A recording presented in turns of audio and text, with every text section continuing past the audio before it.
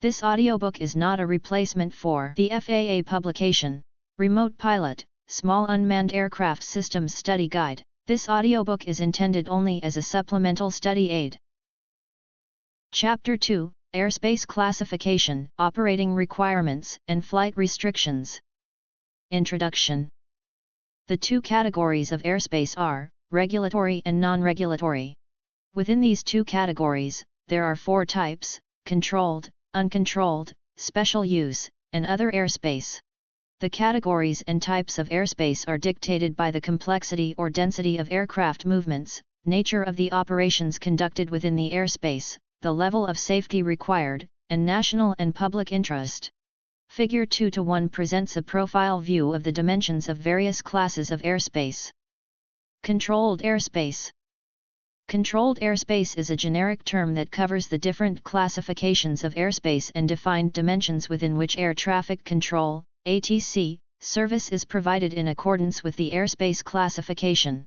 Controlled airspace that is of concern to the remote pilot is Class B, Class C, Class D, Class E, Class B airspace. Class B airspace is generally airspace from the surface to 10,000 feet mean sea level, MSL, surrounding the nation's busiest airports in terms of airport operations or passenger enplanements. The configuration of each Class B airspace area is individually tailored, consists of a surface area and two or more layers. Some Class B airspace areas resemble upside-down wedding cakes, and is designed to contain all published instrument procedures once an aircraft enters the airspace. A remote pilot must receive authorization from ATC before operating in the Class B airspace. Class C airspace. Class C airspace is generally airspace from the surface to 4,000 feet above the airport elevation, charted in MSL, surrounding those airports that have an operational control tower, are serviced by a radar approach control, and have a certain number of instrument flight rules, IFR, operations or passenger enplanements. Although the configuration of each Class C area is individually tailored, the airspace usually consists of a surface area with a 5 nautical mile (nm) radius, an outer circle with a 10 nm radius that extends from 1,200 feet to 4,000 feet above the airport elevation. A remote pilot must receive authorization before operating in Class C airspace. Class D airspace. Class D airspace is generally airspace from the surface to 2,500 feet above the airport elevation, charted in MSL, surrounding those airports that have an operational control tower. The configuration of each Class D airspace area is individually tailored and, when instrument procedures are published, the airspace is normally designed to contain the procedures. Arrival extensions for instrument approach procedures, IAPs, may be Class D or Class E airspace.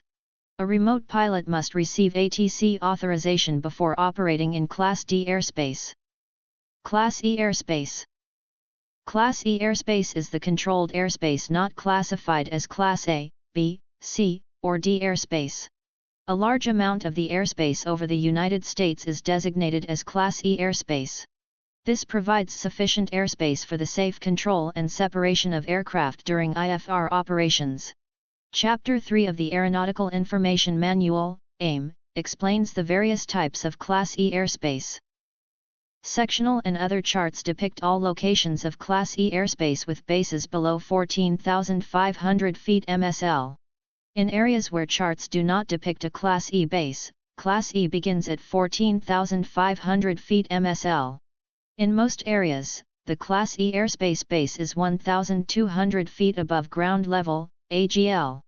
In many other areas, the Class E airspace base is either the surface or 700 feet AGL. Some Class E airspace begins at an MSL altitude depicted on the charts, instead of an AGL altitude. Class E airspace typically extends up to, but not including, 18,000 feet MSL, the lower limit of Class A airspace. All airspace above FL 600 is Class E airspace. Federal airways, which are shown as blue lines on a sectional chart, are usually found within Class E airspace. Federal airways start at 1,200 AGL and go up to, but not including 18,000 MSL. In most cases, a remote pilot will not need ATC authorization to operate in Class E airspace. Uncontrolled airspace. Class G airspace. Uncontrolled airspace or Class G airspace is the portion of the airspace that has not been designated as Class A, B, C, D, or E. It is therefore designated uncontrolled airspace. Class G airspace extends from the surface to the base of the overlying Class E airspace. A remote pilot will not need ATC authorization to operate in Class G airspace. Special Use Airspace. Special Use Airspace or Special Area of Operation, SAO, is the designation for airspace in which certain activities must be confined, or where limitations may be imposed on aircraft operations that are not part of those activities. Certain special use airspace areas can create limitations on the mixed use of airspace. The special use airspace depicted on instrument charts includes the area name or number, effective altitude, time, and weather conditions of operation, the controlling agency, and the chart panel location. On National Aeronautical Charting Group, NACG, and route charts, this information is available on one of the end panels.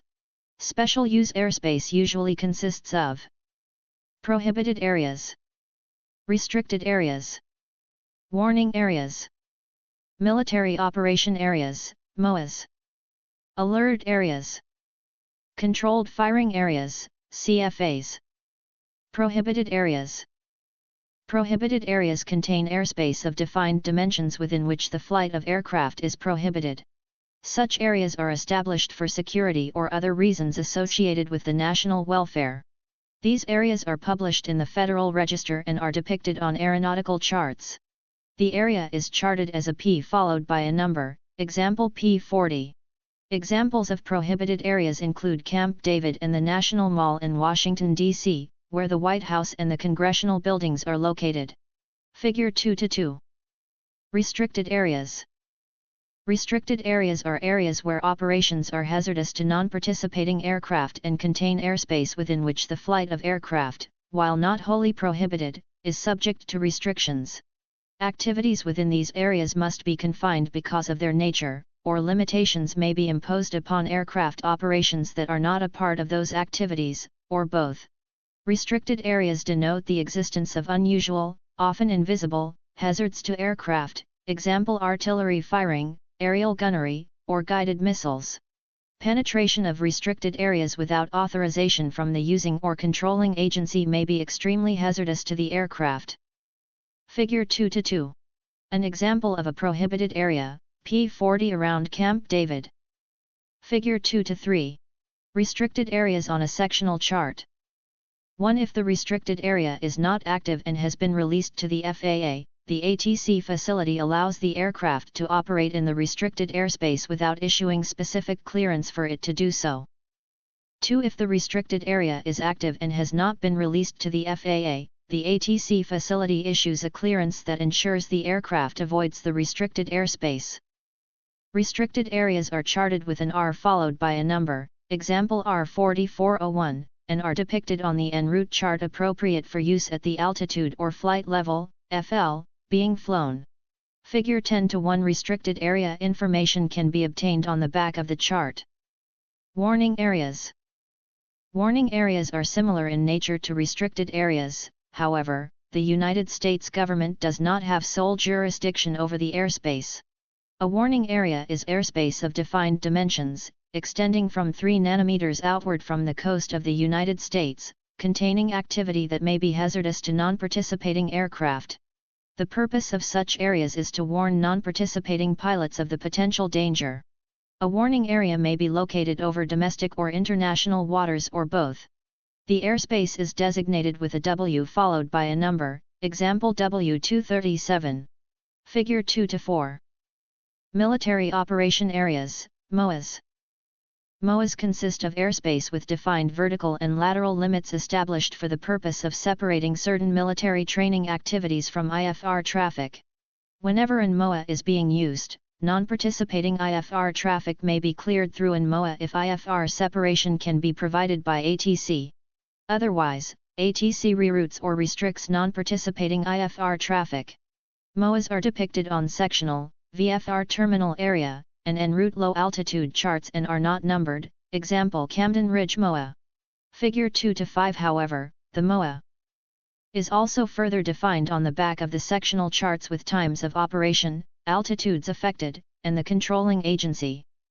Alert areas. Alert areas are depicted on aeronautical charts with an A followed by a number, example A211, to inform non-participating pilots of areas that may contain a high volume of pilot training or an unusual type of aerial activity. Pilots should exercise caution in alert areas. All activity within an alert area shall be conducted in accordance with regulations, without waiver, and pilots of participating aircraft, as well as pilots transiting the area, shall be equally responsible for collision avoidance. Figure 2 to 6. Controlled firing areas, CFAs. CFAs contain activities that, if not conducted in a controlled environment, could be hazardous to non-participating aircraft. The difference between CFAs and other special use airspace is that activities must be suspended when a spotter aircraft, radar, or ground lookout position indicates an aircraft might be approaching the area. There is no need to chart CFAs since they do not cause a non-participating aircraft to change its flight path. Other airspace areas. Other airspace areas is a general term referring to the majority of the remaining airspace. It includes Local Airport Advisory, LAW.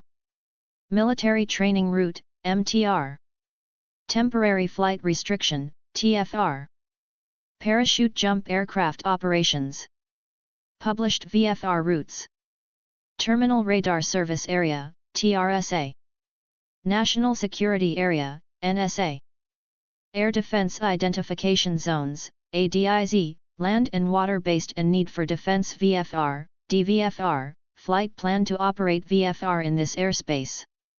Flight Restricted Zones, FRZ, in vicinity of Capitol and White House. Wildlife areas / wilderness areas / national parks and request to operate above 2000 AGL.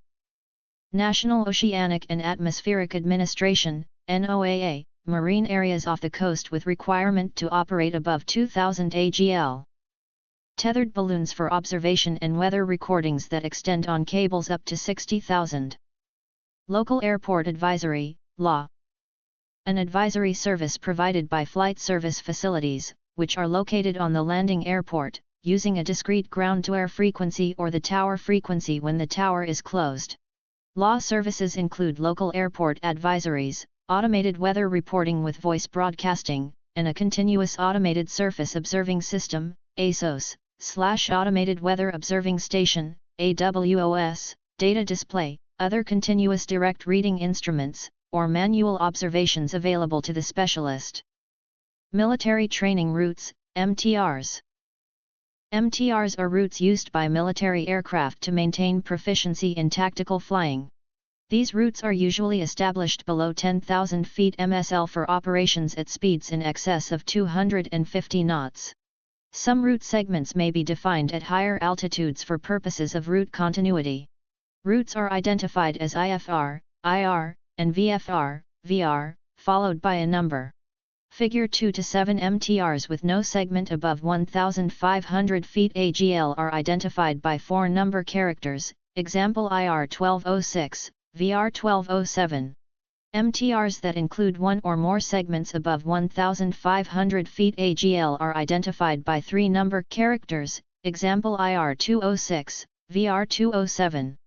IFR low altitude en route charts depict all IR routes and all VR routes that accommodate operations above 1,500 feet AGL. IR routes are conducted in accordance with IFR regardless of weather conditions. VFR sectional charts depict military training activities, such as IR, VR, MOA, restricted area, warning area, and alert area information. Temporary Flight Restrictions, TFR. A Flight Data Center, FDC, Notice to Airmen, NOTAM, is issued to designate a TFR. The NOTAM begins with the phrase Flight Restrictions followed by the location of the temporary restriction, effective time period, area defined in statute miles, and altitudes affected. The NOTAM also contains the FAA coordination facility and telephone number, the reason for the restriction, and any other information deemed appropriate. The pilot should check the NOTAMs as part of flight planning. Some of the purposes for establishing a TFR are: protect persons and property in the air or on the surface from an existing or imminent hazard. Provide a safe environment for the operation of disaster relief aircraft. Prevent an unsafe congestion of sightseeing aircraft above an incident or event that may generate a high degree of public interest. Protect declared national disasters for humanitarian reasons in the state of Hawaii. Protect the President, Vice President, or other public figures. Provide a safe environment for space agency operations. Since the events of September 11, 2001, the use of TFRs has become much more common. There have been a number of incidents of aircraft incursions into TFRs that have resulted in pilots undergoing security investigations and certificate suspensions. It is a pilot's responsibility to be aware of TFRs in their proposed area of flight. One way to check is to visit the FAA website www.tfr.faa.gov and verify that there is not a TFR in the area. Parachute jump aircraft operations. Parachute jump aircraft operations are published in the Chart Supplement US, formerly Airport/Facility Directory. Sites that are used frequently are depicted on sectional charts. Published VFR routes. Published VFR routes are for transitioning around, under, or through some complex airspace. Terms such as VFR flyway, VFR corridor, Class B airspace VFR transition route, and terminal area VFR route have been applied to such routes. These routes are generally found on VFR terminal area planning charts. Terminal radar service areas, TRSAs. TRSAs are areas where participating pilots can receive additional radar services. The purpose of the service is to provide separation between all IFR operations and participating VFR aircraft. The primary airport, S, within the TRSA become, S, Class D airspace. The remaining portion of the TRSA overlease other controlled airspace, which is normally Class E airspace beginning at 700 or 1,200 feet and established to transition to from the en route terminal environment. TRSAs are depicted on VFR sectional charts and terminal area charts with a solid black line and altitudes for each segment. The Class D portion is charted with a blue segmented line. Participation in TRSA services is voluntary, however, pilots operating under VFR are encouraged to contact the Radar Approach Control and take advantage of TRSA service. National Security Areas, NSAs. NSAs consist of airspace of defined vertical and lateral dimensions established at locations where there is a requirement for increased security and safety of ground facilities. Flight in NSAs may be temporarily prohibited by regulation under the provisions of Title 14 of the Code of Federal Regulations, 14 CFR, Part 99, and prohibitions are disseminated via NOTAM. Pilots are requested to voluntarily avoid flying through these depicted areas. Air Traffic Control and the National Airspace System. The primary purpose of the ATC system is to prevent a collision between aircraft operating in the system and to organize and expedite the flow of traffic. In addition to its primary function, the ATC system has the capability to provide, with certain limitations, additional services. The ability to provide additional services is limited by many factors, such as the volume of traffic, frequency congestion, quality of radar, controller workload, higher priority duties, and the pure physical inability to scan and detect those situations that fall in this category. It is recognized that these services cannot be provided in cases in which the provision of services is precluded by the above factors. Consistent with the aforementioned conditions, controllers shall provide additional service procedures to the extent permitted by higher priority duties and other circumstances. The provision of additional services is not optional on the part of the controller, but rather is required when the work situation permits. Provide ATC service in accordance with the procedures and minima in this order except when other procedures/minima are prescribed in a letter of agreement, FAA directive, or a military document. Operating rules and pilot/equipment requirements. The safety of flight is a top priority of all pilots, and the responsibilities associated with operating an aircraft should always be taken seriously. The air traffic system maintains a high degree of safety and efficiency with strict regulatory oversight of the FAA. Pilots fly in accordance with regulations that have served the United States well, as evidenced by the fact that the country has the safest aviation system in the world. All aircraft operating in today's National Airspace System, NAS, has complied with the CFR governing its certification and maintenance. All pilots operating today have completed rigorous pilot certification training and testing. Of equal importance is the proper execution of pre-flight planning, aeronautical decision-making, ADM, and risk management. ADM involves a systematic approach to risk assessment and stress management in aviation, illustrates how personal attitudes can influence decision-making, and how those attitudes can be modified to enhance safety. More detailed information regarding ADM and risk mitigation can be found in Chapter 10, Aeronautical Decision-Making and Judgment, of this study guide. Pilots also comply with very strict FAA general operating and flight rules as outlined in the CFR, including the FAA's important See and Avoid mandate. These regulations provide the historical foundation of the FAA regulations governing the aviation system and the individual classes of airspace. Visual Flight Rules, VFR, Terms and Symbols. Remote pilots need to be familiar with the following information from the FAA Aeronautical Chart User's Guide website. All information on the VFR Terms tab. The following sections under VFR Aeronautical Chart Symbols on the VFR Symbols tab. O Airports. O Airspace Information. O Navigational and Procedural Information. O Chart Limits. O Culture. O Hydrography. O Relief. Notices to Airmen, NOTAMs. Notices to Airmen, or NOTAMs, are time-critical aeronautical information either temporary in nature or not sufficiently known in advance to permit publication on aeronautical charts or in other operational publications. The information receives immediate dissemination via the National Notice to Airmen, NOTAM, system.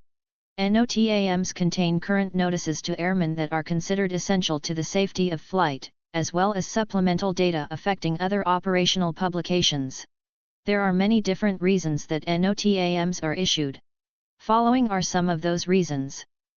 Hazards, such as air shows, parachute jumps, kite flying, and rocket launches.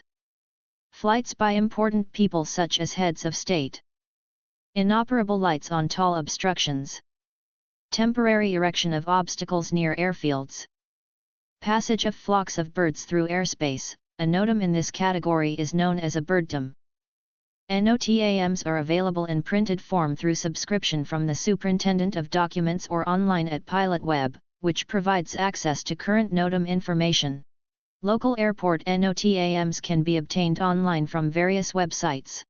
Most sites require a free registration and acceptance of terms but offer pilots updated NOTAMs and TFRs. Chapter 3A, Aviation Weather Sources. Introduction. In aviation, weather service is a combined effort of the National Weather Service, NWS, Federal Aviation Administration, FAA, Department of Defense, DOD, other aviation groups, and individuals. Because of the increasing need for worldwide weather services, foreign weather organizations also provide vital input. While weather forecasts are not 100% accurate, meteorologists, through careful scientific study and computer modeling, have the ability to predict weather patterns, trends, and characteristics with increasing accuracy.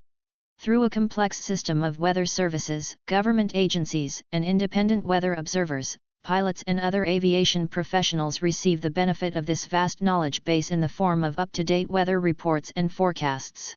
These reports and forecasts enable pilots to make informed decisions regarding weather and flight safety before and during a flight. Surface aviation weather observations. Surface aviation weather observations are a compilation of elements of the current weather at individual ground stations across the United States. The network is made up of government and privately contracted facilities that provide continuous up-to-date weather information.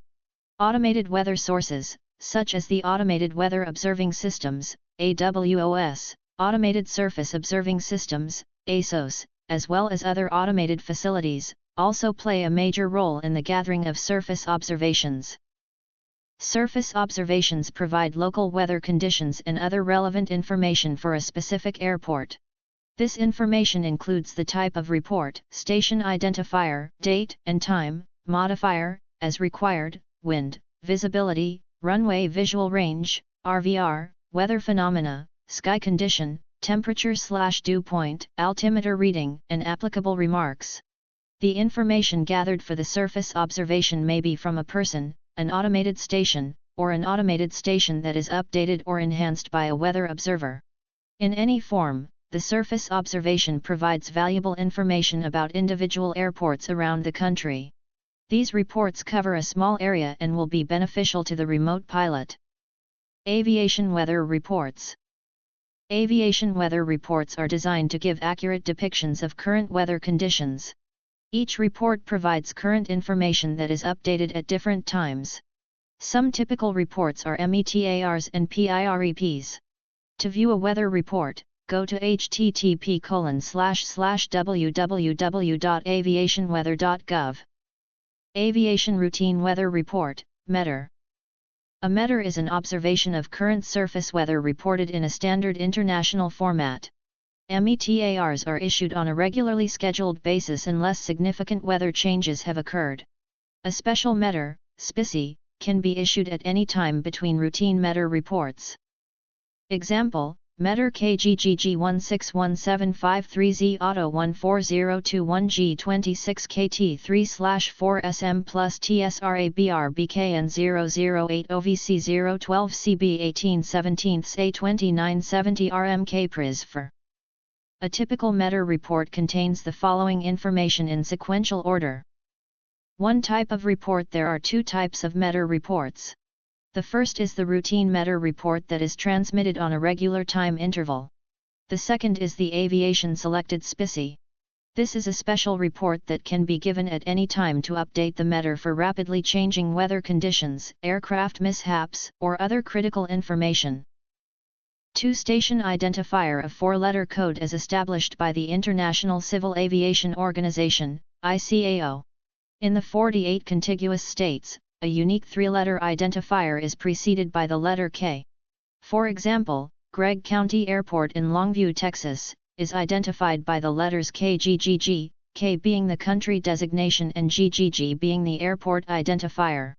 In other regions of the world, including Alaska and Hawaii, the first 2 letters of the 4-letter ICAO identifier indicate the region, country, or state. Alaska identifiers always begin with the letters PA and Hawaii identifiers always begin with the letters PH. Station identifiers can be found by searching various websites such as DOIT's and NOAA's Aviation Weather Aviation Digital Data Services, ADS. 3 Date and time of report depicted in a 6-digit group, 161753Z. The first 2 digits are the date. The last 4 digits are the time of the METR/SPICY, which is always given in Coordinated Universal Time, UTC. A Z is appended to the end of the time to denote the time is given in Zulu time, UTC, as opposed to local time. 4 Modifier denotes that the METR/SPICY came from an automated source or that the report was corrected. If the notation auto is listed in the METR/SPICY, the report came from an automated source. It also lists AO1, for no precipitation discriminator, or AO2, with precipitation discriminator, in the remarks section to indicate the type of precipitation sensors employed at the automated station. When the modifier COR is used, it identifies a corrected report sent out to replace an earlier report that contained an error, for example, METR KGGG161753Z COR. 5 Wind reported with 5 digits, 14021 kT, unless the speed is greater than 99 knots, in which case the wind is reported with 6 digits. The first 3 digits indicate the direction the true wind is blowing from in tens of degrees. If the wind is variable, it is reported as VRB. The last 2 digits indicate the speed of the wind in knots unless the wind is greater than 99 knots, in which case it is indicated by 3 digits. If the winds are gusting, the letter G follows the wind speed, G 26 kT. After the letter G, the peak gust recorded is provided. If the wind direction varies more than 60 degrees and the wind speed is greater than 6 knots, a separate group of numbers, separated by a V, will indicate the extremes of the wind directions. 6. Visibility. The prevailing visibility, 3/4 sm, is reported in statute miles as denoted by the letters sm. It is reported in both miles and fractions of miles. At times, runway visual range, RVR, is reported following the prevailing visibility. RVR is the distance a pilot can see down the runway in a moving aircraft. When RVR is reported, it is shown with an R, then the runway number followed by a slant, then the visual range in feet. For example, when the RVR is reported as R17L/1400 ft, it translates to a visual range of 1,400 feet on runway 17 left. 7. Weather can be broken down into two different categories, qualifiers and weather phenomenon, plus TSRABR. First, the qualifiers of intensity, proximity, and the descriptor of the weather are given. The intensity may be light, moderate, or heavy, plus. Proximity only depicts weather phenomena that are in the airport vicinity. The notation VC indicates a specific weather phenomenon is in the vicinity of 5 to 10 miles from the airport. Descriptors are used to describe certain types of precipitation and obscurations. Weather phenomena may be reported as being precipitation, obscurations, and other phenomena, such as squalls or funnel clouds. Descriptions of weather phenomena as they begin or end and hailstone size are also listed in the remarks sections of the report. Figure 3:1. Figure 3:1. Descriptors and weather phenomena used in a typical meter. 8. Sky condition always reported in the sequence of amount, height, and type or indefinite ceiling/height, vertical visibility, BKN 008 OVC 012 CB, VV 003. The heights of the cloud bases are reported with a 3-digit number in hundreds of feet AGL. Clouds above 12,000 feet are not detected or reported by an automated station. The types of clouds, specifically towering cumulus, TCU, or cumulonimbus, CB, clouds, are reported with their height. Contractions are used to describe the amount of cloud coverage and obscuring phenomena. The amount of sky coverage is reported in eighths of the sky from horizon to horizon. Figure 3:2. Figure 3:2. Reportable contractions for sky condition. 9. Temperature and dew point. The air temperature and dew point are always given in degrees Celsius, C, or 18/17. Temperatures below 0 degrees Celsius are preceded by the letter M to indicate minus. 10. Altimeter setting reported as inches of mercury, Hg, in a 4-digit number group, A2970. It is always preceded by the letter A. Rising or falling pressure may also be denoted in the remarks sections as PRISR or PRISFR, respectively. 11. Zulu time. A term used in aviation for UTC, which places the entire world on one time standard. 12. Remarks. The remarks section always begins with the letters RMK. Comments may or may not appear in this section of the meter. The information contained in this section may include wind data, variable visibility, beginning and ending times of particular phenomenon, pressure information, and various other information deemed necessary. An example of a remark regarding weather phenomenon that does not fit in any other category would be, OCNL. This translates as occasional lightning in the clouds and from cloud to ground. Automated stations also use the remarks section to indicate the equipment needs maintenance. Example, Meter KGGG 161753Z Auto 14021G26 KT3/4SM plus TSRABR BKN 008 OVC 012 CB 18/17 A2970 RMK PRISFR. Explanation. Routine meter for Gregg County Airport for the 16th day of the month at 17:53 automated source. Winds are 140 at 21 knots gusting to 26.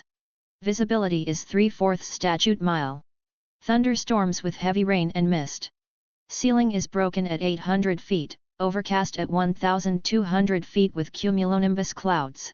Temperature 18 degrees Celsius and dew point 17 degrees Celsius. Barometric pressure is 29.70 Hg and falling rapidly. Aviation forecasts. Observed weather condition reports are often used in the creation of forecasts for the same area. A variety of different forecast products are produced and designed to be used in the pre-flight planning stage. The printed forecasts that pilots need to be familiar with are the Terminal Aerodrome Forecast, TAF, Aviation Area Forecast, FAA, In-Flight Weather Advisories, Significant Meteorological Information, SIGMET, Airman's Meteorological Information, AirMay, and the Winds and Temperatures Aloft Forecast, FB. Terminal Aerodrome Forecasts, TAF. A TAF is a report established for the 5 statute-mile radius around an airport. TAF reports are usually given for larger airports.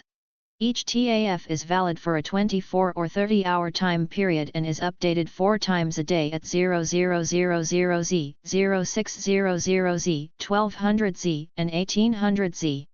The TAF utilizes the same descriptors and abbreviations as used in the METR report. These weather reports can be beneficial to the remote pilot for flight planning purposes. The TAF includes the following information in sequential order. One type of report, a TAF, can be either a routine forecast, TAF, or an amended forecast, TAF-AMD.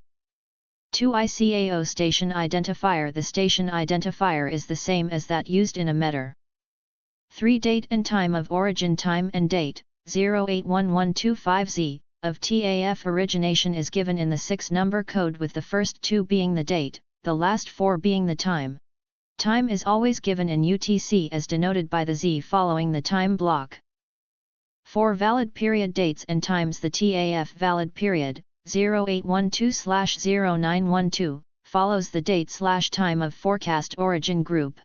Scheduled 24 and 30-hour TAFs are issued 4 times per day, at 0000, 0600, 1200, and 1800Z.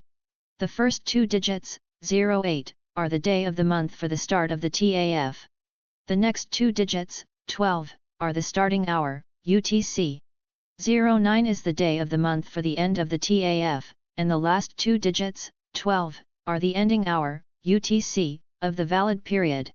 A forecast period that begins at midnight UTC is annotated as 00. If the end time of a valid period is at midnight UTC, it is annotated as 24. For example, a 00Z TAF issued on the 9th of the month and valid for 24 hours would have a valid period of 0900/0924. 5. Forecast wind. The wind direction and speed forecast are coded in a 5-digit number group. An example would be 15011 kT. The first 3 digits indicate the direction of the wind in reference to true north.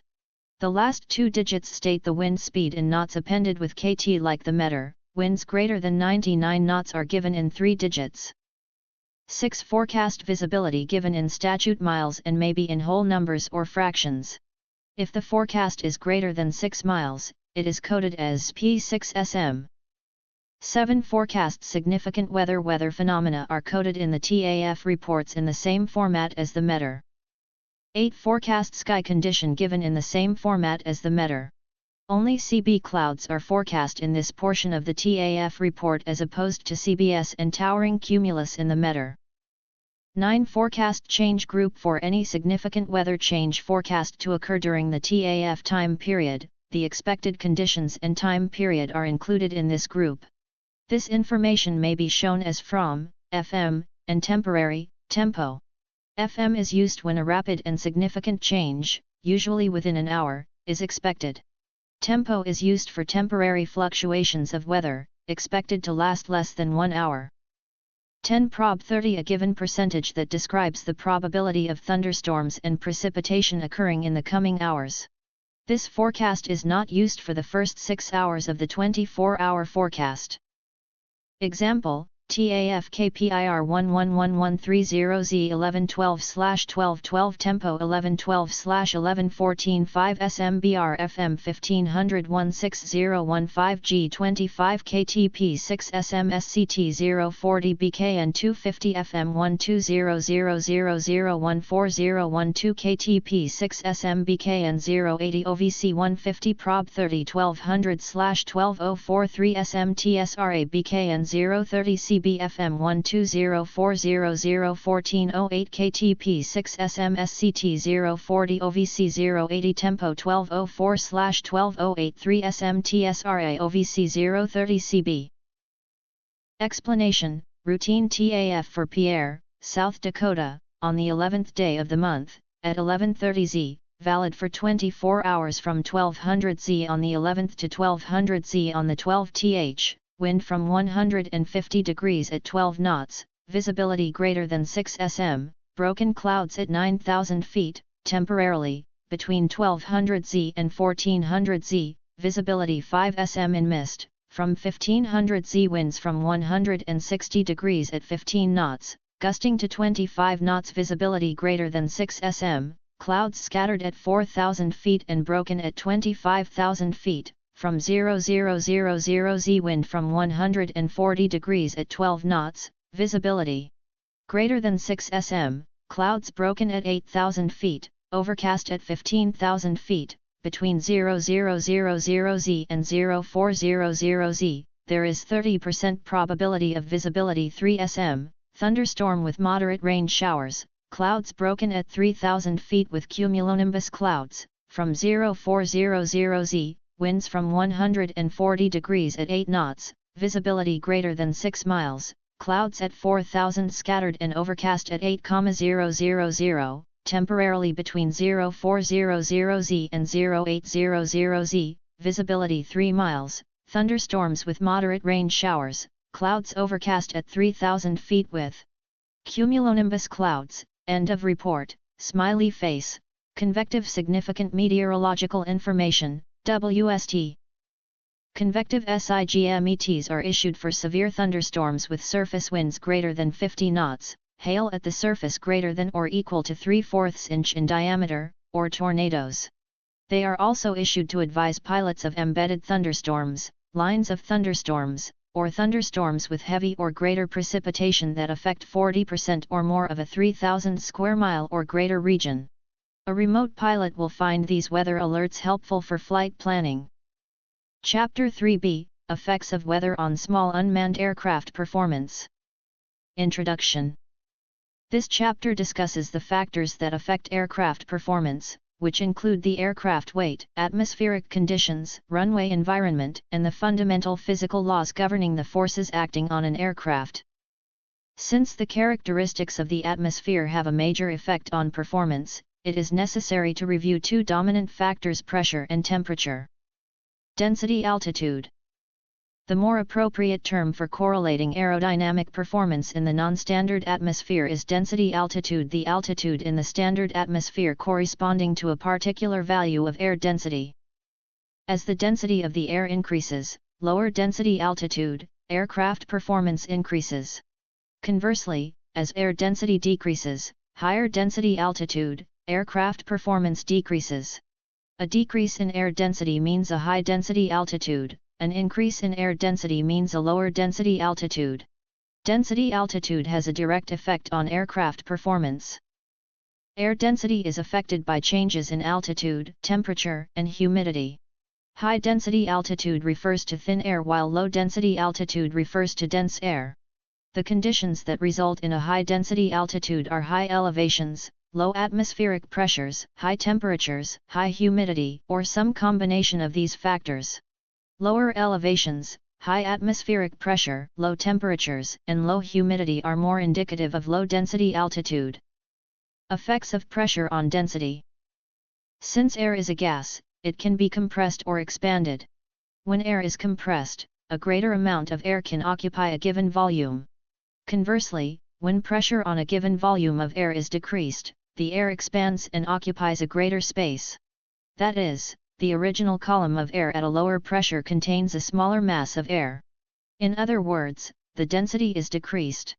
In fact, density is directly proportional to pressure. If the pressure is doubled, the density is doubled, and if the pressure is lowered, so is the density. This statement is true only at a constant temperature. Effects of temperature on density. Increasing the temperature of a substance decreases its density.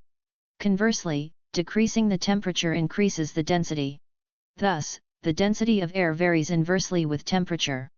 This statement is true only at a constant pressure.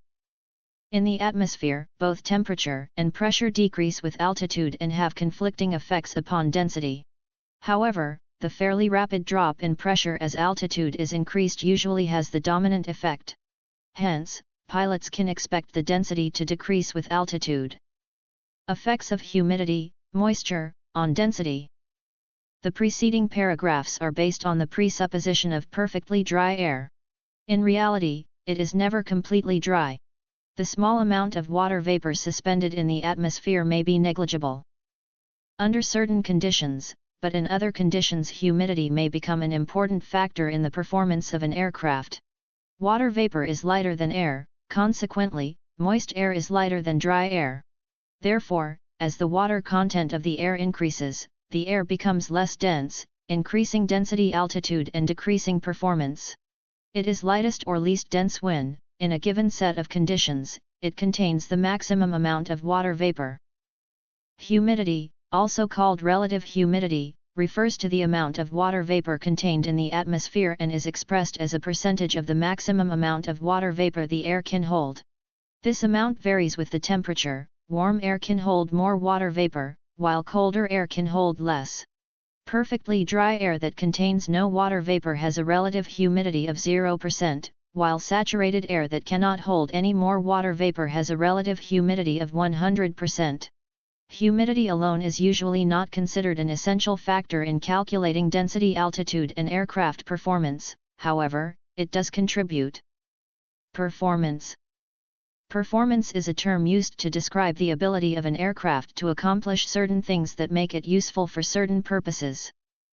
The primary factors most affected by performance are the takeoff and landing distance, rate of climb, ceiling, payload, range, speed, maneuverability, stability, and fuel economy. Climb performance factors. Since weight, altitude, and configuration changes affect excess thrust and power, they also affect climb performance. Climb performance is directly dependent upon the ability to produce either excess thrust or excess power. Weight has a very pronounced effect on aircraft performance. If weight is added to an aircraft, it must fly at a higher angle of attack, AOA, to maintain a given altitude and speed. This increases the induced drag of the wings, as well as the parasite drag of the aircraft. Increased drag means that additional thrust is needed to overcome it, which in turn means that less reserve thrust is available for climbing. Aircraft designers go to great lengths to minimize the weight, since it has such a marked effect on the factors pertaining to performance. A change in an aircraft's weight produces a twofold effect on climb performance. An increase in altitude also increases the power required and decreases the power available. Therefore, the climb performance of an aircraft diminishes with altitude. Measurement of atmosphere pressure. To provide a common reference, the International Standard Atmosphere, ISA, has been established. These standard conditions are the basis for most aircraft performance data. Standard sea level pressure is defined as 29.92 Hg and a standard temperature of 59 degrees Fahrenheit 15 degrees Celsius. Atmospheric pressure is also reported in millibars, MB, with 1 Hg equal to approximately 34 MB. Standard sea level pressure is 1013.2 MB. Typical MB pressure readings range from 950.0 to 1040.0 MB. Surface charts, high and low pressure centers, and hurricane data are reported using MB. Since weather stations are located around the globe, all local barometric pressure readings are converted to a sea level pressure to provide a standard for records and reports. To achieve this, each station converts its barometric pressure by adding approximately 1 Hg for every 1,000 feet of elevation. For example, a station at 5,000 feet above sea level, with a reading of 24.92 Hg, reports a sea level pressure reading of 29.92 Hg. By tracking barometric pressure trends across a large area, weather forecasters can more accurately predict movement of pressure systems and the associated weather. For example, tracking a pattern of rising pressure at a single weather station generally indicates the approach of fair weather. Conversely, decreasing or rapidly falling pressure usually indicates approaching bad weather and, possibly, severe storms. Effect of obstructions on wind. Another atmospheric hazard exists that can create problems for pilots. Obstructions on the ground affect the flow of wind and can be an unseen danger. Ground topography and large buildings can break up the flow of the wind and create wind gusts that change rapidly in direction and speed. These obstructions range from man-made structures, like hangars, to large natural obstructions, such as mountains, bluffs, or canyons. The intensity of the turbulence associated with ground obstructions depends on the size of the obstacle and the primary velocity of the wind. This can affect the performance of any aircraft and can present a very serious hazard. This same condition is even more noticeable when flying in mountainous regions. Figure 3-3. While the wind flows smoothly up the windward side of the mountain and the upward currents help to carry an aircraft over the peak of the mountain, the wind on the leeward side does not act in a similar manner. As the air flows down the leeward side of the mountain, the air follows the contour of the terrain and is increasingly turbulent. This tends to push an aircraft into the side of a mountain. The stronger the wind, the greater the downward pressure and turbulence become. Figure 3-3. Turbulence in mountainous regions. Low-level wind shear. Wind shear is a sudden, drastic change in wind speed and slash or direction over a very small area. Wind shear can subject an aircraft to violent updrafts and downdrafts, as well as abrupt changes to the horizontal movement of the aircraft. While wind shear can occur at any altitude, low-level wind shear is especially hazardous due to the proximity of an aircraft to the ground.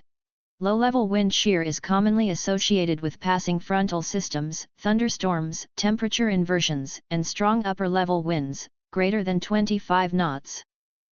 Wind shear is dangerous to an aircraft. It can rapidly change the performance of the aircraft and disrupt the normal flight attitude. For example, a tailwind quickly changing to a headwind causes an increase in airspeed and performance. Conversely, a headwind changing to a tailwind causes a decrease in airspeed and performance. In either case, a pilot must be prepared to react immediately to these changes to maintain control of the aircraft. The most severe type of low-level wind shear, a microburst, is associated with convective precipitation into dry air at cloud base. Microburst activity may be indicated by an intense rain shaft at the surface, but virga at cloud base and a ring of blowing dust is often the only visible clue. A typical microburst has a horizontal diameter of 1 to 2 miles and a nominal depth of 1,000 feet. The lifespan of a microburst is about 5 to 15 minutes, during which time it can produce downdrafts of up to 6,000 feet per minute, (fpm), and headwind losses of 30 to 90 knots, seriously degrading performance. It can also produce strong turbulence and hazardous wind direction changes.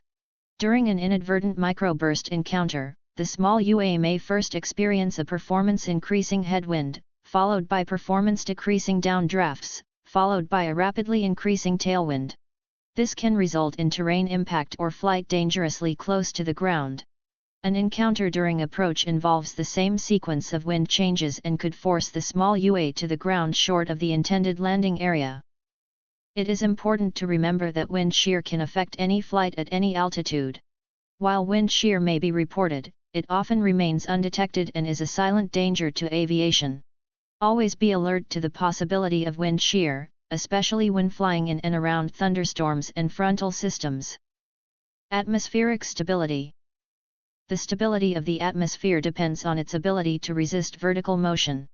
A stable atmosphere makes vertical movement difficult, and small vertical disturbances dampen out and disappear. In an unstable atmosphere, small vertical air movements tend to become larger, resulting in turbulent airflow and convective activity. Instability can lead to significant turbulence, extensive vertical clouds, and severe weather. The combination of moisture and temperature determine the stability of the air and the resulting weather. Cool, dry air is very stable and resists vertical movement, which leads to good and generally clear weather. The greatest instability occurs when the air is moist and warm, as it is in the tropical regions in the summer. Typically, thunderstorms appear on a daily basis in these regions due to the instability of the surrounding air. Inversion. As air rises and expands in the atmosphere, the temperature decreases. There is an atmospheric anomaly that can occur, however, that changes this typical pattern of atmospheric behavior. When the temperature of the air rises with altitude, a temperature inversion exists. Inversion layers are commonly shallow layers of smooth, stable air close to the ground. The temperature of the air increases with altitude to a certain point, which is the top of the inversion. The air at the top of the layer acts as a lid, keeping weather and pollutants trapped below.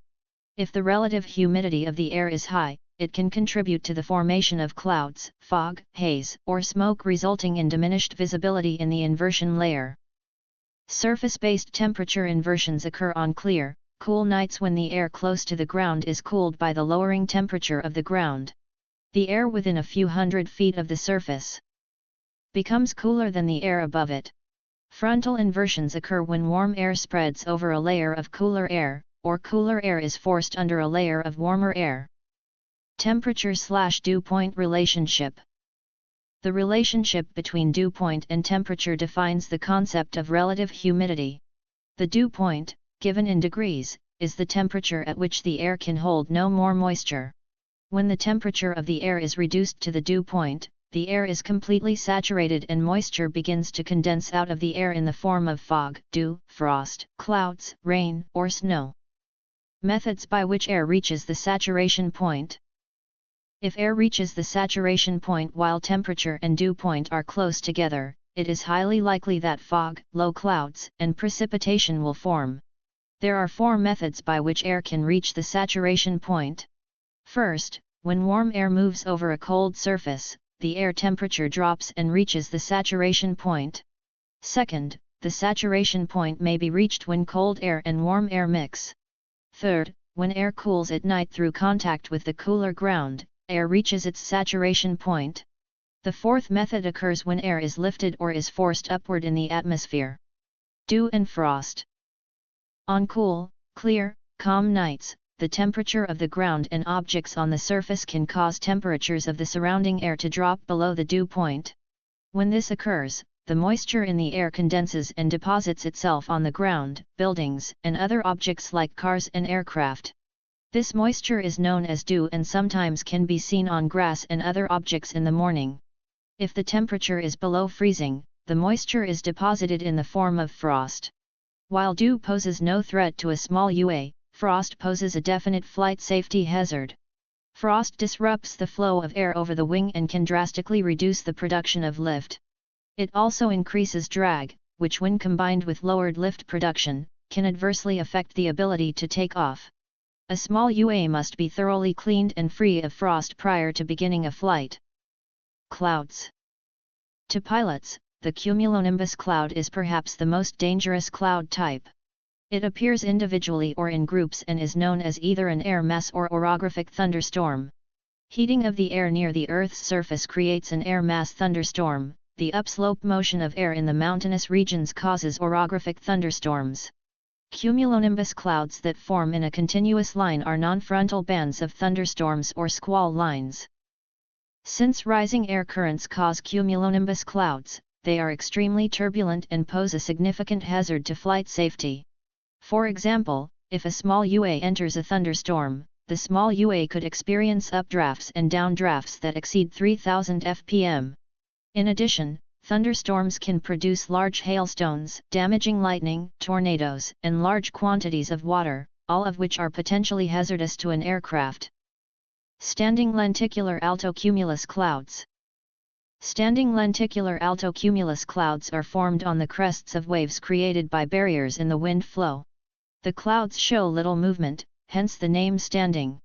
Wind, however, can be quite strong blowing through such clouds.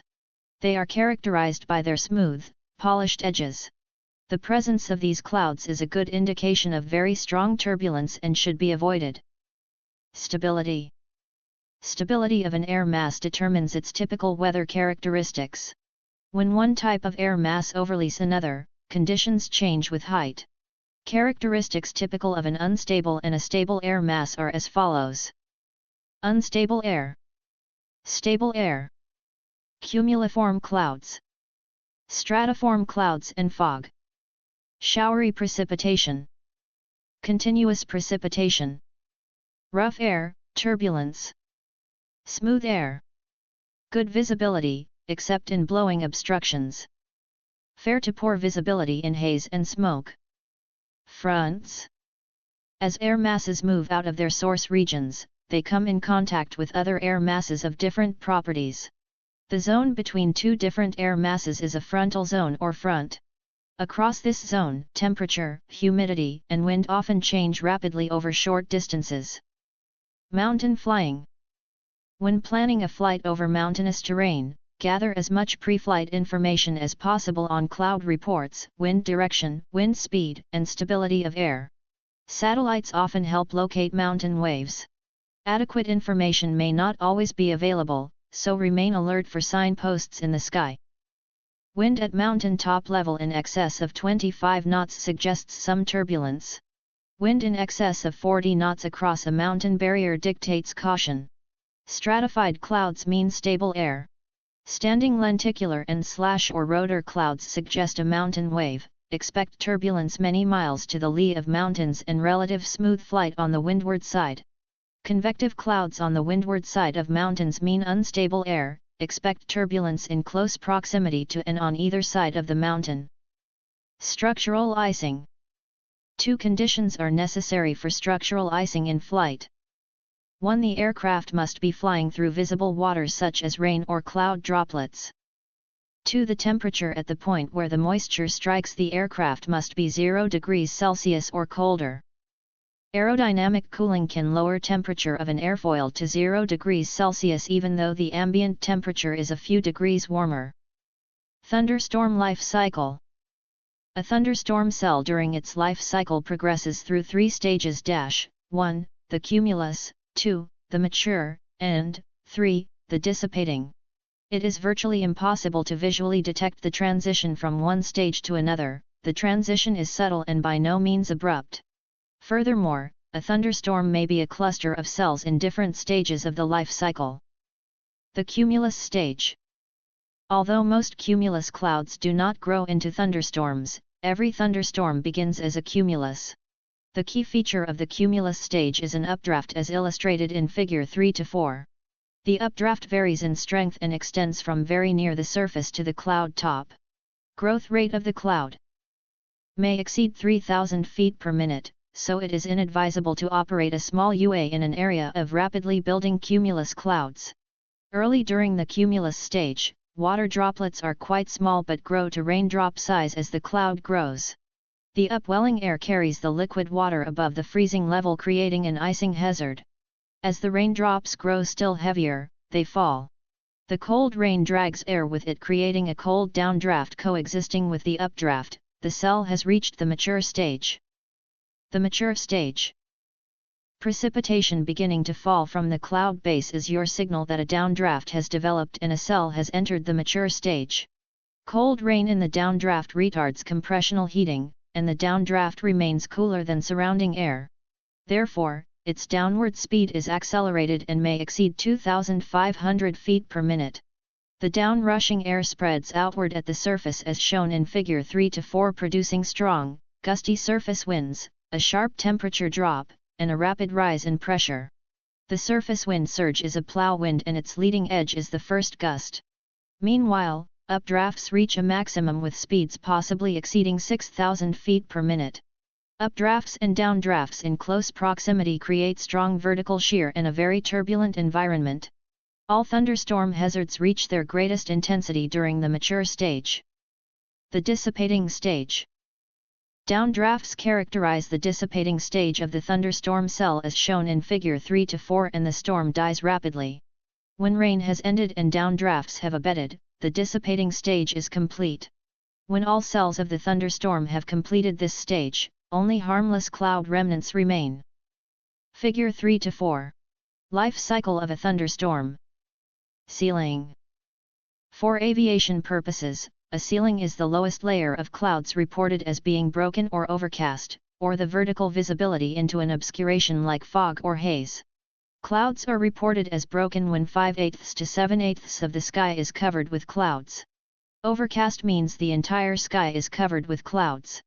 Current ceiling information is reported by the Aviation Routine Weather Report, METR, and automated weather stations of various types. Visibility. Closely related to cloud cover and reported ceilings is visibility information. Visibility refers to the greatest horizontal distance at which prominent objects can be viewed with the naked eye. Current visibility is also reported in METR and other aviation weather reports, as well as by automated weather systems. Visibility information, as predicted by meteorologists, is available for a pilot during a pre-flight weather briefing. Chapter 4: Small Unmanned Aircraft Loading. Introduction.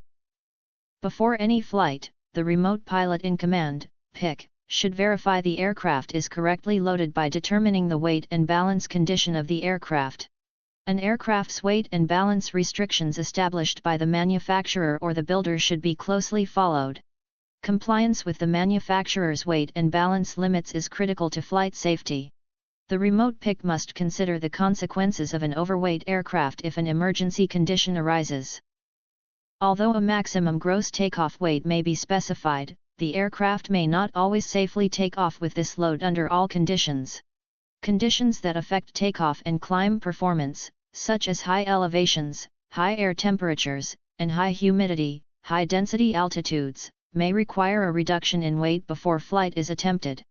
Other factors to consider prior to takeoff are runway/launch area length, surface, slope, surface wind, and the presence of obstacles. These factors may require a reduction in weight prior to flight. Weight changes during flight also have a direct effect on aircraft performance. Fuel burn is the most common weight change that takes place during flight. As fuel is used, the aircraft becomes lighter and performance is improved, but this could have a negative effect on balance. In small UA operations, weight change during flight may occur when expendable items are used on board, example a jettisonable load. Adverse balance conditions, i.e., weight distribution, may affect flight characteristics in much the same manner as those mentioned for an excess weight condition. Limits for the location of the center of gravity, CG, may be established by the manufacturer. The CG is not a fixed point marked on the aircraft, its location depends on the distribution of aircraft weight. As variable load items are shifted or expended, there may be a resultant shift in CG location. The remote PIC should determine how the CG will shift and the resultant effects on the aircraft. If the CG is not within the allowable limits after loading or do not remain within the allowable limits for safe flight, it will be necessary to relocate or shed some weight before flight is attempted. Weight. Gravity is the pulling force that tends to draw all bodies to the center of the Earth. The CG may be considered as a point at which all the weight of the aircraft is concentrated. If the aircraft were supported at its exact CG, it would balance in any attitude. It will be noted that CG is of major importance in a small UA, for its position has a great bearing upon stability. The allowable location of the CG is determined by the general design of each particular aircraft. The designers determine how far the center of pressure, CP, will travel. It is important to understand that an aircraft's weight is concentrated at the CG and the aerodynamic forces of lift occur at the CP. When the CG is forward of the CP, there is a natural tendency for the aircraft to want to pitch nose down. If the CP is forward of the CG, a nose-up pitching moment is created. Therefore, designers fix the aft limit of the CG forward of the CP for the corresponding flight speed in order to retain flight equilibrium. Weight has a definite relationship to lift. This relationship is simple, but important in understanding the aerodynamics of flying. Lift is the upward force on the wing acting perpendicular to the relative wind and perpendicular to the aircraft's lateral axis.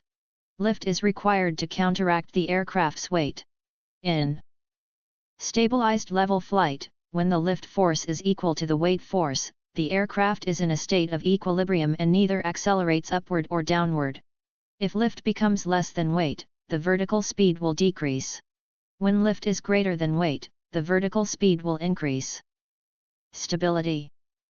Stability is the inherent quality of an aircraft to correct for conditions that may disturb its equilibrium and to return to or to continue on the original flight path. It is primarily an aircraft design characteristic. Stability in an aircraft affects two areas significantly. Maneuverability, the quality of an aircraft that permits it to be maneuvered easily and to withstand the stresses imposed by maneuvers. It is governed by the aircraft's weight, inertia, size, and location of flight controls, structural strength, and power plant. It too is an aircraft design characteristic. Controllability: the capability of an aircraft to respond to the pilot's control, especially with regard to flight path and attitude. It is the quality of the aircraft's response to the pilot's control application when maneuvering the aircraft, regardless of its stability characteristics. Load factors. In aerodynamics, the maximum load factor, at given bank angle, is a proportion between lift and weight and has a trigonometric relationship. The load factor is measured in gs, acceleration of gravity, a unit of force equal to the force exerted by gravity on a body at rest, and indicates the force to which a body is subjected when it is accelerated. Any force applied to an aircraft to deflect its flight from a straight line produces a stress on its structure. The amount of this force is the load factor. While a course in aerodynamics is not a prerequisite for obtaining a remote pilot certificate, the competent pilot should have a solid understanding of the forces that act on the aircraft, the advantageous use of these forces, and the operating limitations of the aircraft being flown. For example, a load factor of 3 means the total load on an aircraft's structure is 3 times its weight. Since load factors are expressed in terms of gs, a load factor of may third be spoken of as 3 gs, or a load factor of 4 as 4 gs. With the structural design of aircraft planned to withstand only a certain amount of overload, a knowledge of load factors has become essential for all pilots. Load factors are important for 2 reasons. 1. It is possible for a pilot to impose a dangerous overload on the aircraft structures. 2. An increased load factor increases the stalling speed and makes stalls possible at seemingly safe flight speeds. Load factors in steep turns. At a constant altitude, during a coordinated turn in any aircraft, the load factor is the result of 2 forces, centrifugal force and weight. Figure 4:1. For any given bank angle, the rate of turn varies with the airspeed. The higher the speed, the slower the rate of turn, rot. This compensates for added centrifugal force, allowing the load factor to remain the same. Figure 4:2 reveals an important fact about turns. The load factor increases at a terrific rate after a bank has reached 45 degrees or 50 degrees. The load factor for any aircraft in a coordinated level turn at 60 degrees bank is 2 gs.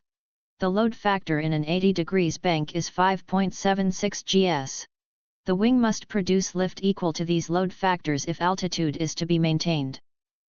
It should be noted how rapidly the line denoting load factor rises as it approaches the 90 degrees bank line, which it never quite reaches because a 90 degrees banked, constant altitude turn is not mathematically possible. An aircraft may be banked to 90 degrees in a coordinated turn if not trying to hold altitude.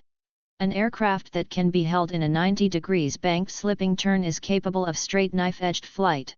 At slightly more than 80 degrees, the load factor exceeds the limit of 6 gs, the limit load factor of an acrobatic aircraft.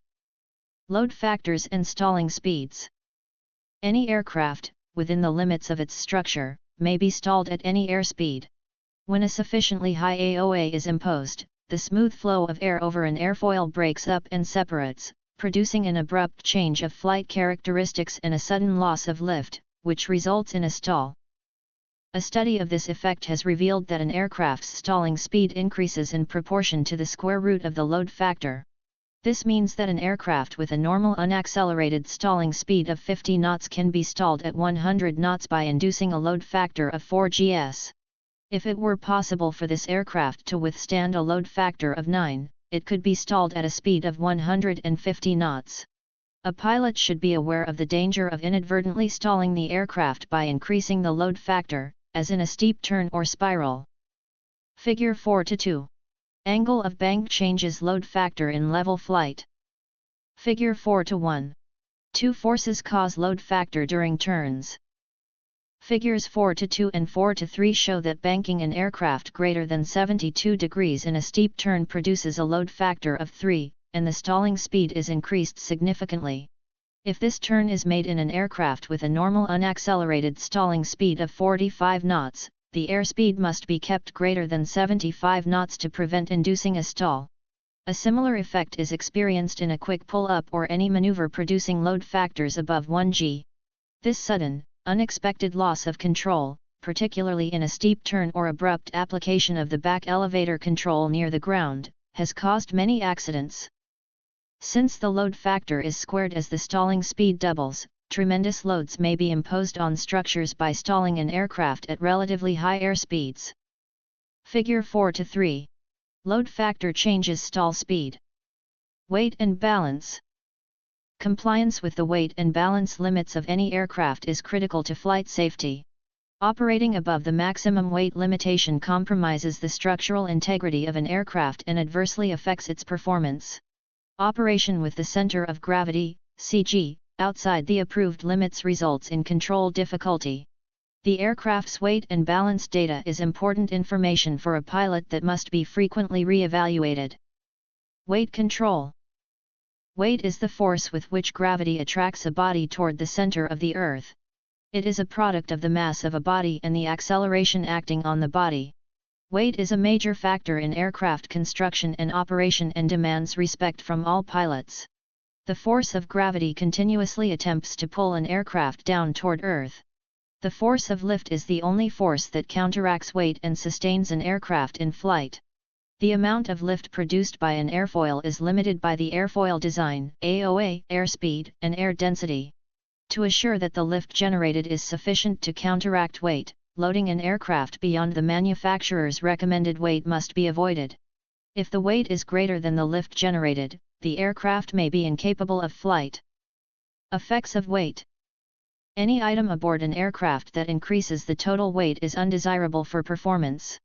Manufacturers attempt to make an aircraft as light as possible without sacrificing strength or safety. The pilot should always be aware of the consequences of overloading. An overloaded aircraft may not be able to leave the ground, or if it does become airborne, it may exhibit unexpected and unusually poor flight characteristics. If not properly loaded, the initial indication of poor performance usually takes place during takeoff. Excessive weight reduces the flight performance in almost every respect. For example, the most important performance deficiencies of an overloaded aircraft are higher takeoff speed, longer takeoff run, reduced rate and angle of climb, lower maximum altitude, shorter range, reduced cruising speed, reduced maneuverability, higher stalling speed, higher approach and landing speed, longer landing roll. The pilot must be knowledgeable about the effect of weight on the performance of the particular aircraft being flown. Excessive weight in itself reduces the safety margins available to the pilot and becomes even more hazardous when other performance-reducing factors are combined with excess weight. The pilot must also consider the consequences of an overweight aircraft if an emergency condition arises. Chapter 5: Emergency Procedures. Introduction. An in-flight emergency is usually an unexpected and unforeseen event that can have serious consequences for an unprepared remote pilot. During an emergency, a remote pilot is permitted to deviate from any part of 14 CFR Part 107 to respond to the emergency. When a remote pilot does deviate from a rule due to an emergency, the remote will report the emergency if asked to do so by the FAA, also referred to as the administrator. In-flight emergency. A remote pilot is responsible for the safe operation of the small UA at all times. A remote pilot must ensure that the aircraft is in a safe operating condition before flight, that there is not any hazard to persons or property, and that all required crew members are properly briefed on the operation and emergency procedures. Before every flight, a remote pilot will conduct a pre-flight inspection of the aircraft. If any irregularities are found in the inspection, they must be corrected before the small UA is operated. Some small UA manufacturers will provide the remote pilot with pre-flight inspection items. For those small UAs that do not have a manufacturer checklist, the remote should develop a checklist that will provide enough information that the aircraft will be operated in a safe condition. When a remote pilot does experience an in-flight emergency, the pilot may take any action to ensure that there is not a hazard to other people or property. For example, if during a flight the small UA experiences as battery fire, the remote pilot may need to climb the small UA above 400 AGL to maneuver to a safe landing area. In this instance, a report will need to be made only if asked to do so by the FAA. When other crew members are used during a flight, all of those crew members must be briefed on the flight and the planned emergency procedures for the flight. The briefing will be given to any visual observers, VO, that might be used and any non-certificate person who is allowed to manipulate the flight controls of the small UA. For more information about emergencies, refer to 14 CFR Part 107 and AC 107-2. Chapter 6, Crew Resource Management. For information on Crew Resource Management, CRM, refer to Chapter 10, Aeronautical Decision-Making and Judgment, of this study guide. Chapter 7, Radio Communication Procedures. Introduction. Radio communications are an important aspect for the safe operation of aircraft in the NAS. It is through radio communications that pilots give and receive information before, during and at the conclusion of a flight. This information aids in the flow of aircraft in highly complex airspace areas as well as in less populated areas. Pilots can also send and receive important safety of flight issues such as unexpected weather conditions, and in-flight emergencies. Although small UA pilots are not expected to communicate over radio frequencies, it is important for the UA pilot to understand aviation language and the different conversations they will encounter if the UA pilot is using a radio to aid them in situational awareness when operating in the NAS. Although much of the information provided here is geared toward manned aircraft pilots, the UA pilot needs to understand the unique way information is exchanged in the NAS. Understanding proper radio procedures. Understanding proper radio phraseology and procedures contribute to a pilot's ability to operate safely and efficiently in the airspace system. A review of the pilot/controller glossary contained in the AIM assists a pilot in understanding standard radio terminology. The AIM also contains many examples of radio communications. ICAO has adopted a phonetic alphabet that should be used in radio communications. When communicating with ATC, pilots should use this alphabet to identify their aircraft. Figure 7:1. Traffic advisory practices at airports without operating. Control towers. Airport operations without operating control tower. There is no substitute for alertness while in the vicinity of an airport. It is essential that pilots be alert and look for other traffic when operating at an airport without an operating control tower. This is of particular importance since other aircraft may not have communication capability or, in some cases, pilots may not communicate their presence or intentions when operating into or out of such airports.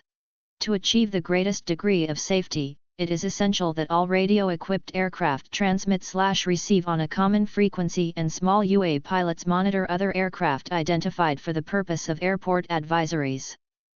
An airport may have a full or part-time tower or flight service station, FSS, located on the airport, a full or part-time universal communications, UNICOM, station or no aeronautical station at all.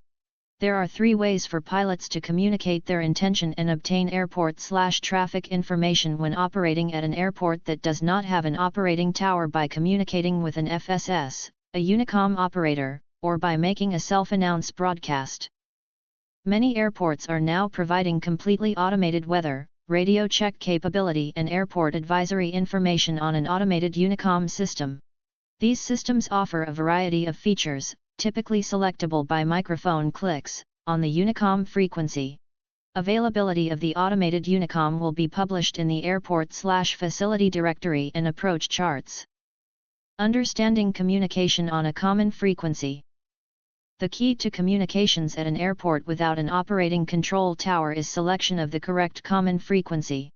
The acronym CTAF, which stands for Common Traffic Advisory Frequency, is synonymous with this program. A CTAF is a frequency designated for the purpose of carrying out airport advisory practices while operating to or from an airport without an operating control tower. The CTAF may be a UNICOM, Multicom, FSS, or tower frequency and is identified in appropriate aeronautical publications. Communication/broadcast procedures. A multicom frequency of 122.9 will be used at an airport that is non-towered and does not have a FSS or Unicom. Recommended traffic advisory practices. Although a remote pilot in command is not required to communicate with manned aircraft when in the vicinity of a non-towered airport, safety in the national airspace system requires that remote pilots are familiar with traffic patterns, radio procedures, and radio phraseology. When a remote pilot plans to operate close to a non-towered airport, the first step in radio procedures is to identify the appropriate frequencies. Most non-towered airports will have a Unicom frequency, which is usually 122.8, however, you should always check the CART supplement's US or sectional chart for the correct frequency. This frequency can vary when there are a large number of non-towered airports in the area. For non-towered airports that do not have a Unicom or any other frequency listed, the multicom frequency of 122.9 will be used. These frequencies can be found on a sectional chart by the airport or in the chart supplements publication from the FAA. When a manned aircraft is inbound to a non-towered airport, the standard operating practice is for the pilot to broadcast in the blind when 10 miles from the airport. This initial radio call will also include the position the aircraft is in relation to north, south, east or west from the airport. For example, town and country traffic, Cessna 123 Bravo Foxtrot is 10 miles south inbound for landing, town and country traffic. Figure 7:1. Phonetic alphabet. When a manned aircraft is broadcasting at a non-towed airport, the aircraft should use the name of the airport of intended landing at the beginning of the broadcast, and again at the end of the broadcast. The reason for stating the name twice is to allow others who are on the frequency to confirm where the aircraft is going. The next broadcast that the manned aircraft should make is town and country traffic, Cessna 123 Bravo Foxtrot, is entering the pattern, midfield left downwind for runway 18, town and country traffic. The aircraft is now entering the traffic pattern. In this example, the aircraft is making a standard 45-degree entry to the downwind leg of the pattern for runway 18. Or, the aircraft could land straight in without entering the typical rectangular traffic pattern. Usually aircraft that are executing an instrument approach will use this method. Examples of a radio broadcast from aircraft that are using this technique are: for an aircraft that is executing an instrument approach, town and country traffic, Cessna 123 Bravo Foxtrot, is 1 mile north of the airport, GPS runway 18, full stop landing, town and country traffic. As the aircraft flies the traffic pattern for a landing, the following radio broadcasts should be made. Town and country traffic, Cessna 123 Bravo Foxtrot, left base, runway 18, town and country traffic. Town and country traffic, Cessna 123 Bravo Foxtrot, final, runway 18, town and country traffic. After the aircraft has landed and is clear of the runway, the following broadcast should be made. Town and country traffic, Cessna 123 Bravo Foxtrot, is clear of runway 18, taxiing to park, town and country traffic. When an aircraft is departing a non-towered airport, the same procedures apply. For example, when the aircraft is ready for takeoff, the aircraft should make the following broadcast. Town and country traffic, Cessna 123 Bravo Foxtrot, departing runway 18, town and country traffic. For safety reasons, a remote pilot must always scan the area where they are operating a small UA. This is especially important around an airport. While it is good operating procedures for manned aircraft to make radio broadcasts in the vicinity of a non-towered airport, by regulation, it is not mandatory. For this reason, a remote pilot must always look for other aircraft in the area, and use a radio for an extra layer of situational awareness. Aircraft call signs. When operating in the vicinity of any airport, either towered or non-towered, it is important for a remote pilot to understand radio communications of manned aircraft in the area. Although 14 CFR Part 107 only requires the remote pilot to receive authorization to operate in certain airport areas, it can be a good operating practice to have a radio that will allow the remote pilot to monitor the appropriate frequencies in the area. The remote pilot should refrain from transmitting over any active aviation frequency unless there is an emergency situation.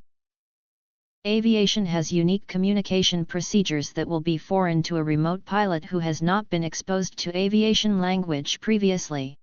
One of those is aircraft call signs.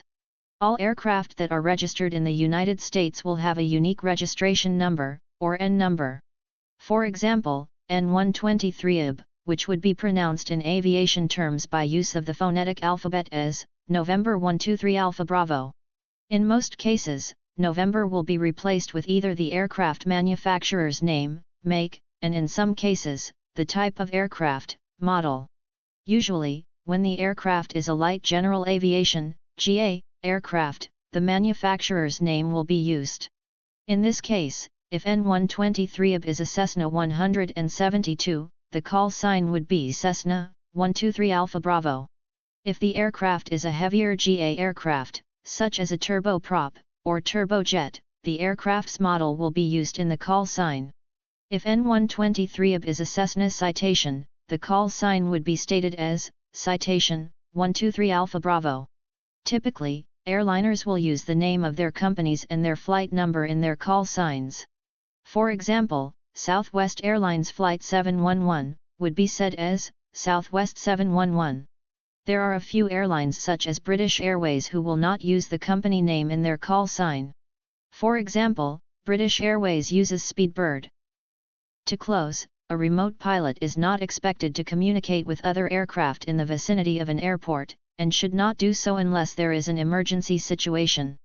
However, in the interest of safety in the NAS, it is important that a remote pilot understands the aviation language and the types of aircraft that can be operating in the same area as a small UA.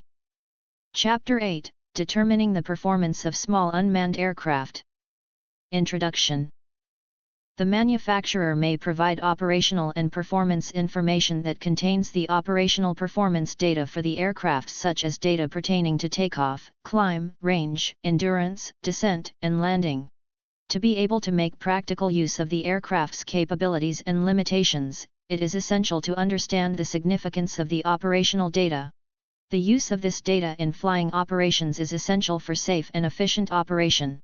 It should be emphasized that the manufacturer's information regarding performance data is not standardized. If manufacturer-published performance data is unavailable, it is advisable to seek out performance data that may have already been determined and published by other users of the same small UA manufacturer model and use that data as a starting point. Effect of temperature on density. Increasing the temperature of a substance decreases its density. Conversely, decreasing the temperature increases the density. Thus, the density of air varies inversely with temperature. This statement is true only at a constant pressure. In the atmosphere, both temperature and pressure decrease with altitude and have conflicting effects upon density. However, a fairly rapid drop in pressure as altitude increases usually has a dominating effect. Hence, pilots can expect the density to decrease with altitude. Effect of humidity, moisture, on density. The preceding paragraphs refer to air that is perfectly dry. In reality, it is never completely dry.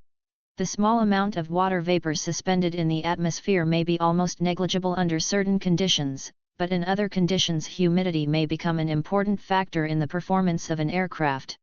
Water vapor is lighter than air, consequently, moist air is lighter than dry air. Therefore, as the water content of the air increases, the air becomes less dense, increasing density, altitude, and decreasing performance. It is lightest or least dense when, in a given set of conditions, it contains the maximum amount of water vapor. Humidity, also called relative humidity, refers to the amount of water vapor contained in the atmosphere and is expressed as a percentage of the maximum amount of water vapor the air can hold. This amount varies with temperature. Warm air holds more water vapor, while cold air holds less. Perfectly dry air that contains no water vapor has a relative humidity of 0%, while saturated air, which cannot hold any more water vapor, has a relative humidity of 100%. Humidity alone is usually not considered an important factor in calculating density, altitude, and aircraft performance, but it is a contributing factor. Chapter 9: Physiological Factors, including drugs and alcohol, affecting pilot performance. Introduction. 14 CFR Part 107 does not allow operation of small UA if the remote PIC, the person manipulating the controls, or visual observer, VO, is unable to safely carry out his or her responsibilities. It is the remote PIC's responsibility to ensure all crew members are not participating in the operation while impaired. While drug and alcohol use are known to impair judgment, certain over-the-counter, OTC, medications and medical conditions could also affect the ability to safely operate a small UA. For example, certain antihistamines and decongestants may cause drowsiness. We also emphasize that Part 107 prohibits a person from serving as a remote PIC, person manipulating the controls, VO, or other crew member if he or she has consumed any alcoholic beverage within the preceding 8 hours, is under the influence of alcohol, has a blood alcohol concentration of 0.04% or greater, is using a drug that affects the person's mental or physical capabilities. There are certain medical conditions, such as epilepsy, may also create a risk to operations. It is the remote PIC's responsibility to determine that their medical condition is under control and they can safely conduct a small UA operation. Physiological/medical factors that affect pilot performance. Important medical factors that a pilot should be aware of include the following: hyperventilation, stress, fatigue, dehydration, heat stroke. The effects of alcohol and drugs. Hyperventilation. Hyperventilation is the excessive rate and depth of respiration leading to abnormal loss of carbon dioxide from the blood. This condition occurs more often among pilots than is generally recognized. It seldom incapacitates completely, but it causes disturbing symptoms that can alarm the uninformed pilot. In such cases, increased breathing rate and anxiety further aggravate the problem. Hyperventilation can lead to unconsciousness due to the respiratory system's overriding mechanism to regain control of breathing. Pilots encountering an unexpected stressful situation may subconsciously increase their breathing rate. Common symptoms of hyperventilation include visual impairment, unconsciousness, lightheaded or dizzy sensation, tingling sensations, hot and cold sensations, muscle spasms. The treatment for hyperventilation involves restoring the proper carbon dioxide level in the body. Breathing normally is both the best prevention and the best cure for hyperventilation. In addition to slowing the breathing rate, breathing into a paper bag or talking aloud helps to overcome hyperventilation. Recovery is usually rapid once the breathing rate is returned to normal. Stress. Stress is the body's response to physical and psychological demands placed upon it. The body's reaction to stress includes releasing chemical hormones, such as adrenaline, into the blood and increasing metabolism to provide more energy to the muscles. Blood sugar, heart rate, respiration, blood pressure, and perspiration all increase. The term stressor is used to describe an element that causes an individual to experience stress. Examples of stressors include physical stress, noise or vibration, physiological stress, fatigue, and psychological stress, difficult work or personal situations. Stress falls into two broad categories: acute, short-term, and chronic, long-term. Acute stress involves an immediate threat that is perceived as danger. This is the type of stress that triggers a fight or flight response in an individual, whether the threat is real or imagined. Normally, a healthy person can cope with acute stress and prevent stress overload. However, ongoing acute stress can develop into chronic stress. Chronic stress can be defined as a level of stress that presents an intolerable burden, exceeds the ability of an individual to cope, and causes individual performance to fall sharply. Unrelenting psychological pressures, such as loneliness, financial worries, and relationship or work problems can produce a cumulative level of stress that exceeds a person's ability to cope with the situation. When stress reaches these levels, performance falls off rapidly. Pilots experiencing this level of stress are not safe and should not exercise their airman privileges. Pilots who suspect they are suffering from chronic stress should consult a physician. Fatigue. Fatigue is frequently associated with pilot error. Some of the effects of fatigue include degradation of attention and concentration, impaired coordination, and decreased ability to communicate. These factors seriously influence the ability to make effective decisions. Physical fatigue results from sleep loss, exercise, or physical work. Factors such as stress and prolonged performance of cognitive work result in mental fatigue. Like stress, fatigue falls into two broad categories, acute and chronic. Acute fatigue is short-term and is a normal occurrence in everyday living. It is the kind of tiredness people feel after a period of strenuous effort, excitement, or lack of sleep. Rest after exertion and 8 hours of sound sleep ordinarily cures this condition. A special type of acute fatigue is skill fatigue. This type of fatigue has two main effects on performance. Timing disruption, appearing to perform a task as usual, but the timing of each component is slightly off. This makes the pattern of the operation less smooth because the pilot performs each component as though it were separate, instead of part of an integrated activity.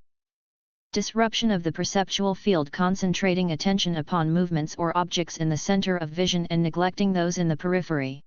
This is accompanied by loss of accuracy and smoothness in control movements. Acute fatigue has many causes, but the following are among the most important for the pilot. Mild hypoxia, oxygen deficiency. Physical stress. Psychological stress. Depletion of physical energy resulting from psychological stress. Sustained psychological stress. Acute fatigue can be prevented by proper diet and adequate rest and sleep. A well-balanced diet prevents the body from needing to consume its own tissues as an energy source. Adequate rest maintains the body's store of vital energy. Chronic fatigue, extending over a long period of time, usually has psychological roots, although an underlying disease is sometimes responsible. Continuous high stress levels produce chronic fatigue. Chronic fatigue is not relieved by proper diet and adequate rest and sleep and usually requires treatment by a physician. An individual may experience this condition in the form of weakness, tiredness, palpitations of the heart, breathlessness, headaches, or irritability. Sometimes chronic fatigue even creates stomach or intestinal problems and generalized aches and pains throughout the body. When the condition becomes serious enough, it leads to emotional illness. If suffering from acute fatigue, a remote pilot should not operate a small UA. If fatigue occurs during the operation of a small UA, no amount of training or experience can overcome the detrimental effects. Getting adequate rest is the only way to prevent fatigue from occurring. Avoid flying a small UA without a full night's rest, after working excessive hours, or after an especially exhausting or stressful day. Remote pilots who suspect they are suffering from chronic fatigue should consult a physician. Dehydration. Dehydration is the term given to a critical loss of water from the body. Causes of dehydration are hot temperatures, wind, humidity, and diuretic drinks, coffee, tea, alcohol, and caffeinated soft drinks. Some common signs of dehydration are headache, fatigue, cramps, sleepiness, and dizziness. The first noticeable effect of dehydration is fatigue, which in turn makes top physical and mental performance difficult, if not impossible. Flying a small UA for long periods in hot summer temperatures or at high altitudes increases the susceptibility to dehydration because these conditions tend to increase the rate of water loss from the body. To help prevent dehydration, drink 2 to 4 quarts of water every 24 hours. Since each person is physiologically different, this is only a guide. Most people are aware of the 8 glasses a day guide. If each glass of water is 8 ounces, this equates to 64 ounces, which is 2 quarts. If this fluid is not replaced, fatigue progresses to dizziness, weakness, nausea, tingling of hands and feet, abdominal cramps, and extreme thirst. The key for pilots is to be continually aware of their condition. Most people become thirsty with a 1.5 quart deficit or a loss of 2% of total body weight. This level of dehydration triggers the thirst mechanism. The problem is that the thirst mechanism arrives too late and is turned off too easily. A small amount of fluid in the mouth turns this mechanism off and the replacement of needed body fluid is delayed. Other steps to prevent dehydration include carrying a container in order to measure daily water intake. Staying ahead, not relying on the thirst sensation as an alarm. If plain water is not preferred, add some sport drink flavoring to make it more acceptable. Limiting daily intake of caffeine and alcohol, both are diuretics and stimulate increased production of urine. Heat stroke. Heat stroke is a condition caused by any inability of the body to control its temperature. Onset of this condition may be recognized by the symptoms of dehydration, but also has been known to be recognized only upon complete collapse. To prevent these symptoms, it is recommended that an ample supply of water be carried and used at frequent intervals, whether thirsty or not. The body normally absorbs water at a rate of 1.2 to 1.5 quarts per hour. Individuals should drink 1 quart per hour for severe heat stress conditions or 1 pint per hour for moderate stress conditions. For more information on water consumption, refer to the dehydration section of this chapter. Drugs. The federal aviation regulations include no specific references to medication usage. Title 14 of the CFR prohibits acting as PIC or in any other capacity as a required pilot flight crew member, while that person 1 knows or has reason to know of any medical condition that would make the person unable to meet the requirement for the medical certificate necessary for the pilot operation, or 2 is taking medication or receiving other treatment for a medical condition that results in the person being unable to meet the requirements for the medical certificate necessary for the pilot operation. Further, 14 CFR Part 107 and 14 CFR Part 91, Sections 91.17 and 91.19 prohibit the use of any drug that affects the person's faculties in any way contrary to safety. There are several thousand medications currently approved by the U.S. Food and Drug Administration, FDA, not including OTC drugs. Virtually all medications have the potential for adverse side effects in some people. Additionally, herbal and dietary supplements, sport and energy boosters, and some other natural products are derived from substances often found in medications that could also have adverse side effects. While some individuals experience no side effects with a particular drug or product, others may be noticeably affected. The FAA regularly reviews FDA and other data to assure that medications found acceptable for aviation duties do not pose an adverse safety risk. Some of the most commonly used OTC drugs, antihistamines, and decongestants, have the potential to cause noticeable adverse side effects, including drowsiness and cognitive deficits. The symptoms associated with common upper respiratory infections, including the common cold, often suppress a pilot's desire to fly, and treating symptoms with a drug that causes adverse side effects only compounds the problem. Particularly, medications containing diphenhydramine, example Benadryl, are known to cause drowsiness and have a prolonged half-life, meaning the drugs stay in one's system for an extended time, which lengthens the time that side effects are present. Prior to each and every flight, all pilots must do a proper physical self-assessment to ensure safety. A great mnemonic is IMSAFE, which stands for illness, medication, stress, alcohol, fatigue, and emotion. For the medication component of IMSAFE, pilots need to ask themselves, am I taking any medicines that might affect my judgment or make me drowsy?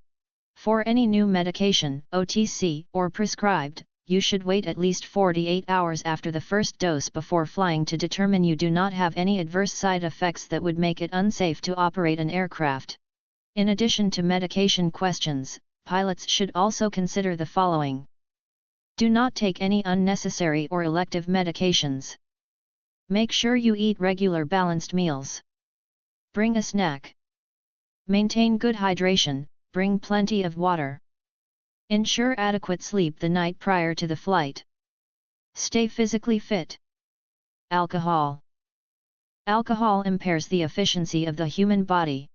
Figure 9:1 studies have shown that consuming alcohol is closely linked to performance deterioration.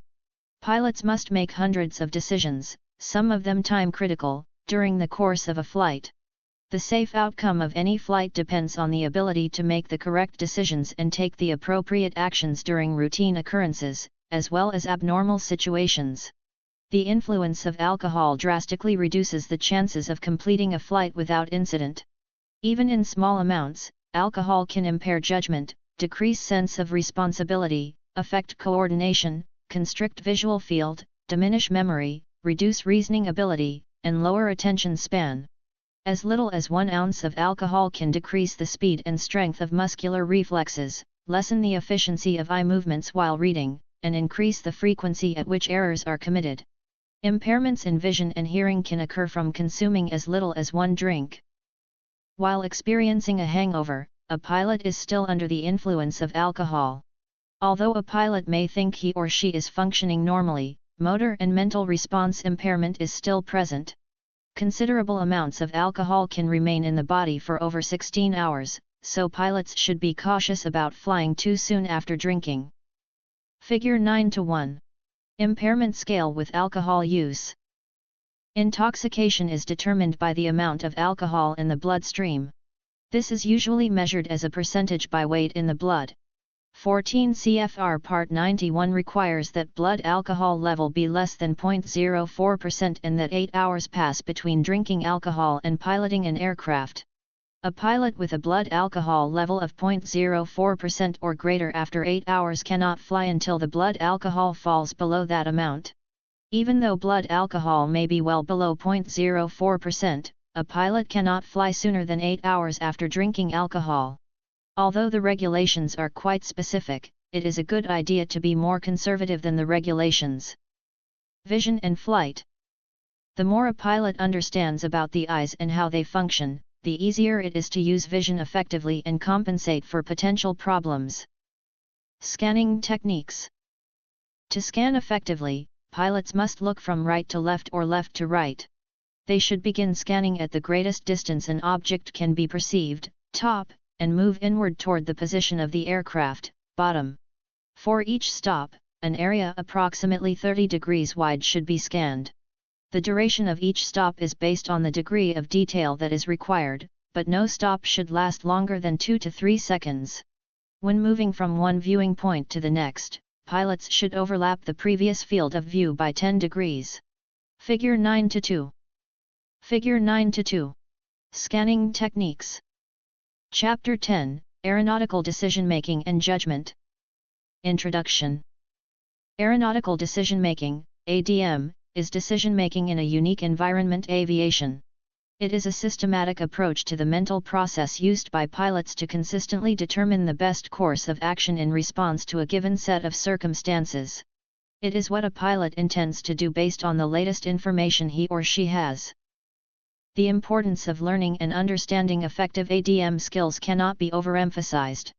While progress is continually being made in the advancement of pilot training methods, aircraft equipment and systems, and services for pilots, accidents still occur. Despite all the changes in technology to improve flight safety, one factor remains the same, the human factor, which leads to errors. It is estimated that approximately 80% of all aviation accidents are related to human factors, and the vast majority of these accidents occur during landing, 24.1%, and takeoff, 23.4%. ADM is a systematic approach to risk assessment and stress management. To understand ADM is to also understand how personal attitudes can influence decision-making and how those attitudes can be modified to enhance safety in the operation of a small UA. It is important to understand the factors that cause humans to make decisions and how the decision-making process not only works, but can be improved. History of ADM. For over 25 years, the importance of good pilot judgment, or aeronautical decision-making, ADM, has been recognized as critical to the safe operation of aircraft, as well as accident avoidance. The airline industry, motivated by the need to reduce accidents caused by human factors, developed the first training programs based on improving ADM. Crew resource management, CRM, training for flight crews is focused on the effective use of all available resources, human resources, hardware, and information supporting ADM to facilitate crew cooperation and improve decision-making. The goal of all flight crews is good ADM, and the use of CRM is one way to make good decisions. Research in this area prompted the Federal Aviation Administration, FAA, to produce training directed at improving the decision-making of pilots and led to current FAA regulations that require that decision-making be taught as part of the pilot training curriculum. Aeronautical decision-making and risk management are topics that the FAA is required to test an applicant about for the issuance of an SUAS certificate. ADM research, development, and testing culminated in 1987 with the publication of 6 manuals oriented to the decision-making needs of variously rated pilots. These manuals provided multifaceted materials designed to reduce the number of decision-related accidents. The effectiveness of these materials was validated in independent studies where student pilots received such training in conjunction with the standard flying curriculum. When tested, the pilots who had received ADM training made fewer in-flight errors than those who had not received ADM training.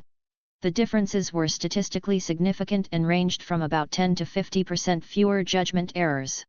In the operational environment, an operator flying about 400,000 hours annually demonstrated a 54% reduction in accident rate after using these materials for recurrency training.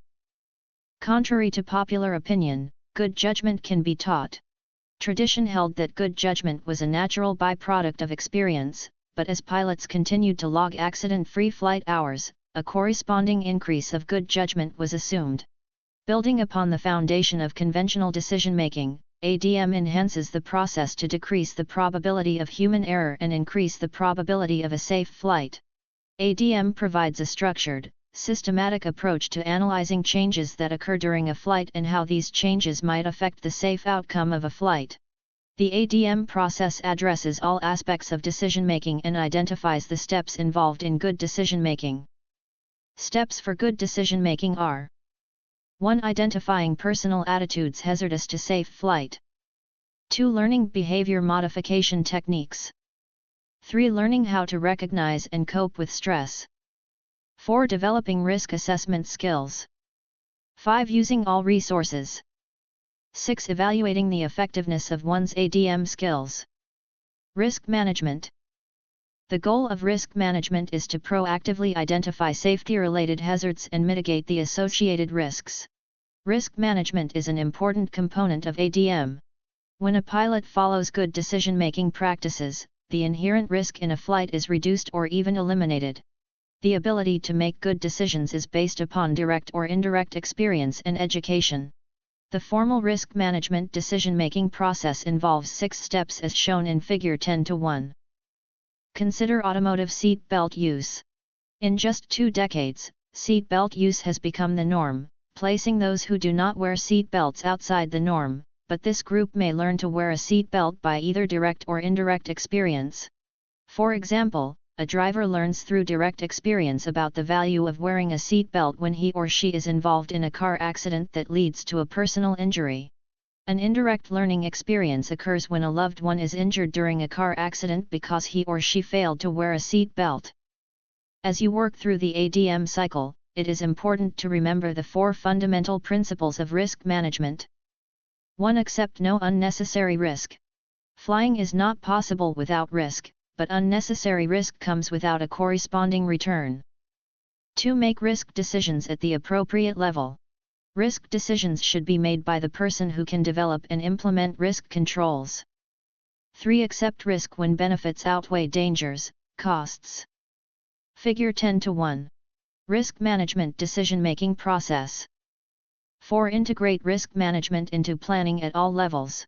Because risk is an unavoidable part of every flight, safety requires the use of appropriate and effective risk management not just in the pre-flight planning stage, but in all stages of the flight. While poor decision-making in everyday life does not always lead to tragedy, the margin for error in aviation is thin. Since ADM enhances management of an aeronautical environment, all pilots should become familiar with and employ ADM. Crew Resource Management, CRM, and Single Pilot Resource Management. While CRM focuses on pilots operating in crew environments, many of the concepts apply to single pilot operations. Many CRM principles have been successfully applied to single-pilot aircraft and led to the development of single-pilot resource management, SRM. SRM is defined as the art and science of managing all the resources available to a single pilot, prior to and during flight, to ensure the successful outcome of the flight. SRM includes the concepts of ADM, risk management, RM, task management, TM, automation management, AM, controlled flight into terrain, CFIT, awareness, and situational awareness, SA. SRM training helps the pilot maintain situational awareness by managing the automation and associated aircraft control and navigation tasks. This enables the pilot to accurately assess and manage risk and make accurate and timely decisions. SRM is all about helping pilots learn how to gather information, analyze it, and make decisions. Hazard and risk. Two defining elements of ADM are hazard and risk. Hazard is a real or perceived condition, event, or circumstance that a pilot encounters. When faced with a hazard, the pilot makes an assessment of that hazard based upon various factors. The pilot assigns a value to the potential impact of the hazard, which qualifies the pilot's assessment of the hazard risk. Therefore, risk is an assessment of the single or cumulative hazard facing a pilot. However, different pilots see hazards differently. Hazardous attitudes and antidotes. Being fit to fly depends on more than just a pilot's physical condition and recent experience. For example, attitude affects the quality of decisions. Attitude is a motivational predisposition to respond to people, situations, or events in a given manner. Studies have identified 5 hazardous attitudes that can interfere with the ability to make sound decisions and exercise authority properly: anti-authority, impulsivity, invulnerability, macho, and resignation. Figure 10:2. Hazardous attitudes contribute to poor pilot judgment but can be effectively counteracted by redirecting the hazardous attitudes so that correct action can be taken. Recognition of hazardous thoughts is the first step toward neutralizing them. After recognizing a thought as hazardous, the pilot should label it as hazardous, then state the corresponding antidote. Antidotes should be memorized for each of the hazardous attitudes so they automatically come to mind when needed. Figure 10:2. The 5 hazardous attitudes identified through past and contemporary study. Risk. During each flight, the single pilot makes many decisions under hazardous conditions. To fly safely, the pilot needs to assess the degree of risk and determine the best course of action to mitigate the risk. Assessing risk. For the single pilot, assessing risk is not as simple as it sounds. For example, the pilot acts as his or her own quality control in making decisions. If a fatigued pilot who has flown 16 hours is asked if he or she is too tired to continue flying, the answer may be no. Most pilots are goal-oriented, and when asked to accept a flight, there is a tendency to deny personal limitations while adding weight to issues not germane to the mission. For example, pilots of helicopter emergency services, EMS, have been known, more than other groups, to make flight decisions that add significant weight to the patient's welfare. These pilots add weight to intangible factors, the patient in this case, and fail to appropriately quantify actual hazards, such as fatigue or weather, when making flight decisions. The single pilot who has no other crew member for consultation must wrestle with the intangible factors that draw one into a hazardous position. Therefore, he or she has a greater vulnerability than a full crew. Mitigating risk. Risk assessment is only part of the equation. One of the best ways single pilots can mitigate risk is to use the IMSAFE checklist to determine physical and mental readiness for flying. 1. Illness. Am I sick? Illness is an obvious pilot risk. 2. Medication. Am I taking any medicines that might affect my judgment or make me drowsy?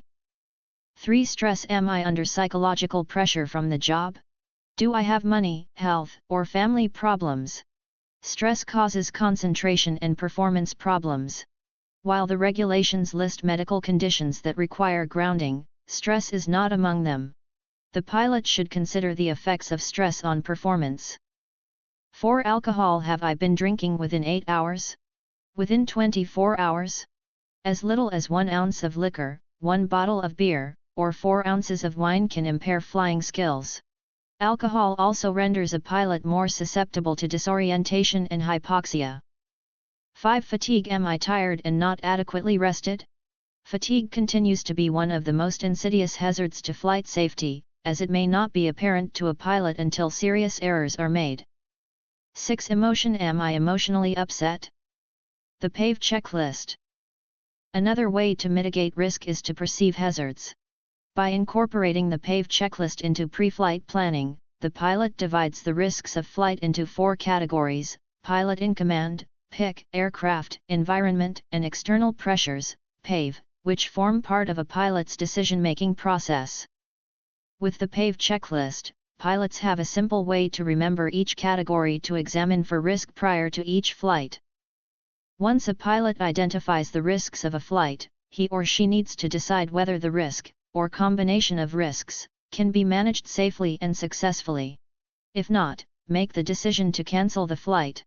If the pilot decides to continue with the flight, he or she should develop strategies to mitigate the risks. One way a pilot can control the risks is to set personal minimums for items in each risk category. These are limits unique to that individual pilot's current level of experience and proficiency. P equals pilot in command, PIC. The pilot is one of the risk factors in a flight.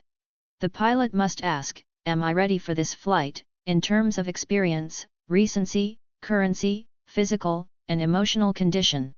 The IMSAFE checklist provides the answers. A equals aircraft. What limitations will the aircraft impose upon the trip? Ask the following questions. Is this the right aircraft for the flight? Am I familiar with and current in this aircraft? Can this aircraft carry the planned load? Chapter 10, Aeronautical Decision-Making and Judgment. Remote Pilot, Small Unmanned Aircraft Systems Study Guide 56. V equals environment. Weather. Weather is a major environmental consideration. Earlier it was suggested pilots set their own personal minimums, especially when it comes to weather. As pilots evaluate the weather for a particular flight, they should consider the following. What is the current ceiling and visibility? Consider the possibility that the weather may be different than forecast. Are there any thunderstorms present or forecast? If there are clouds, is there any icing, current, or forecast? What is the temperature/dew point spread and the current temperature at altitude? Terrain. Evaluation of terrain is another important component of analyzing the flight environment. Airspace. Check the airspace and any temporary flight restriction, TFRs. E equals external pressures. External pressures are influences external to the flight that create a sense of pressure to complete a flight, often at the expense of safety. Factors that can be external pressures include the following. The desire to demonstrate pilot qualifications. The desire to impress someone. Probably the 2 most dangerous words in aviation are watch this. The pilot's general goal completion orientation. Emotional pressure associated with acknowledging that skill and experience levels may be lower than a pilot would like them to be. Pride can be a powerful external factor. Managing external pressures. Management of external pressure is the single most important key to risk management because it is the one risk factor category that can cause a pilot to ignore all the other risk factors. The use of personal standard operating procedures, SOPs, is one way to manage external pressures. The goal is to supply a release for the external pressures of a flight. Human factors. Why are human conditions, such as fatigue, complacency, and stress, so important in aviation?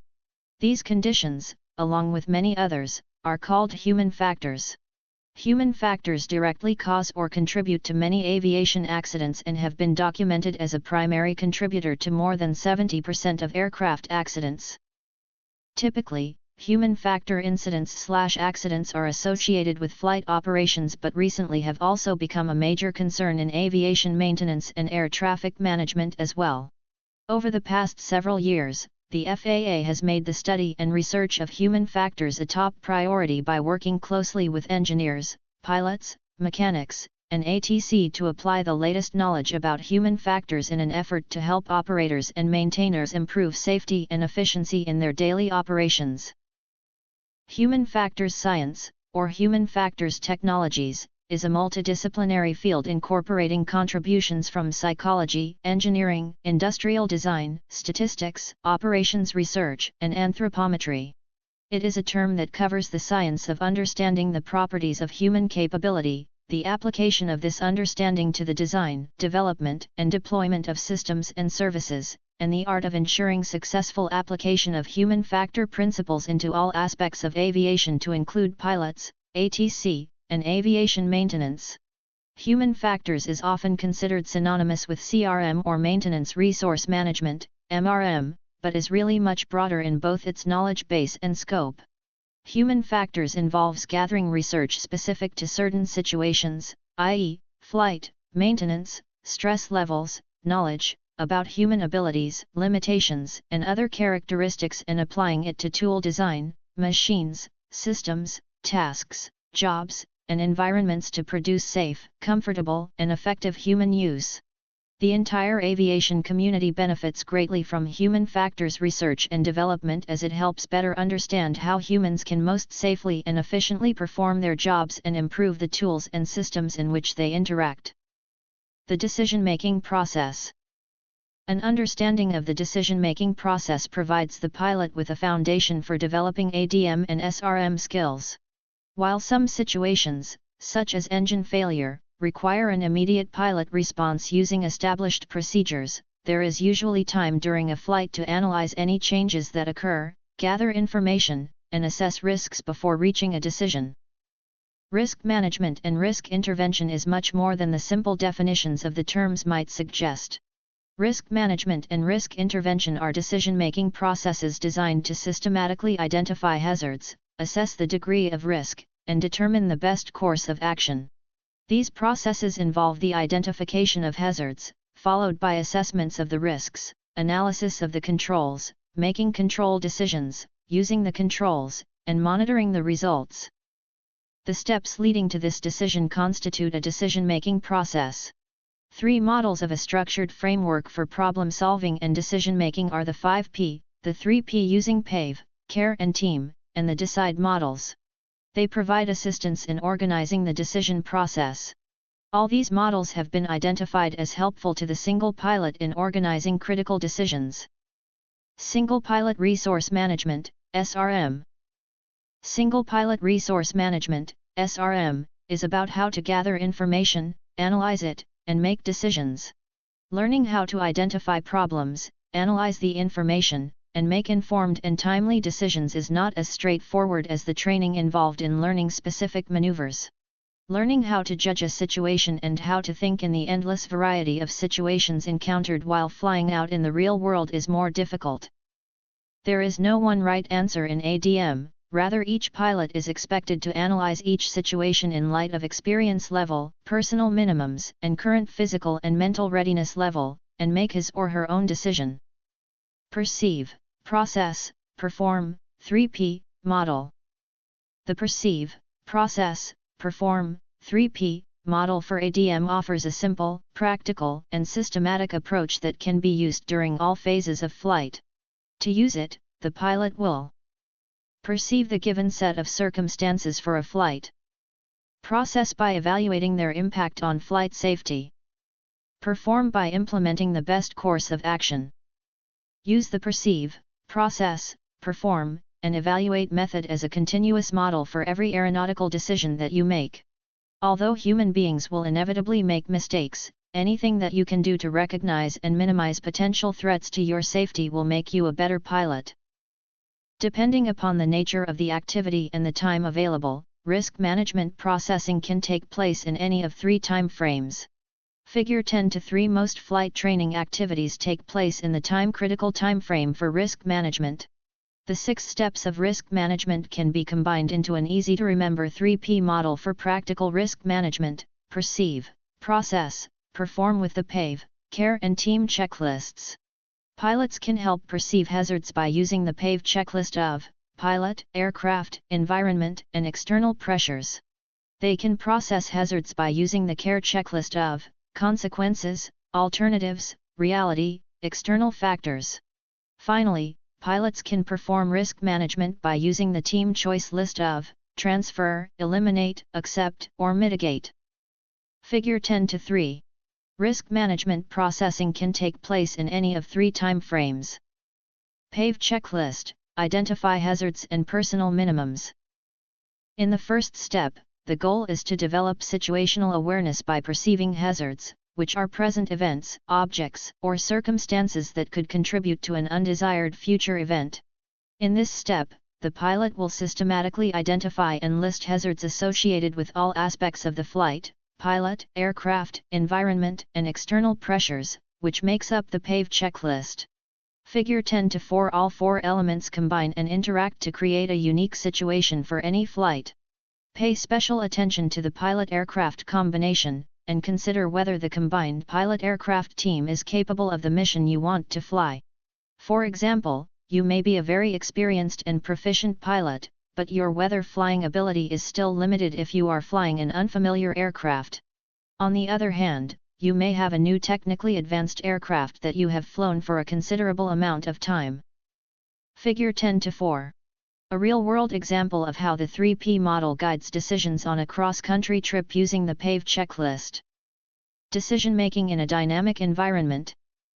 A solid approach to decision-making is through the use of analytical models, such as the 5Ps, 3P, and DECIDE. Good decisions result when pilots gather all available information, review it, analyze the options, rate the options, select a course of action, and evaluate that course of action for correctness.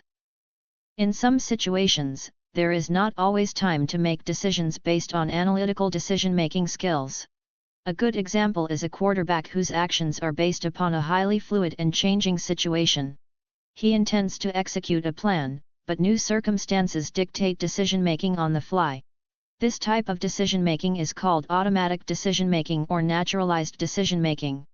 Figure 10-5b. Figure 10-5. The DECIDE model has been recognized worldwide. Its application is illustrated in column A while automatic/naturalistic decision-making is shown in column B. Automatic decision-making.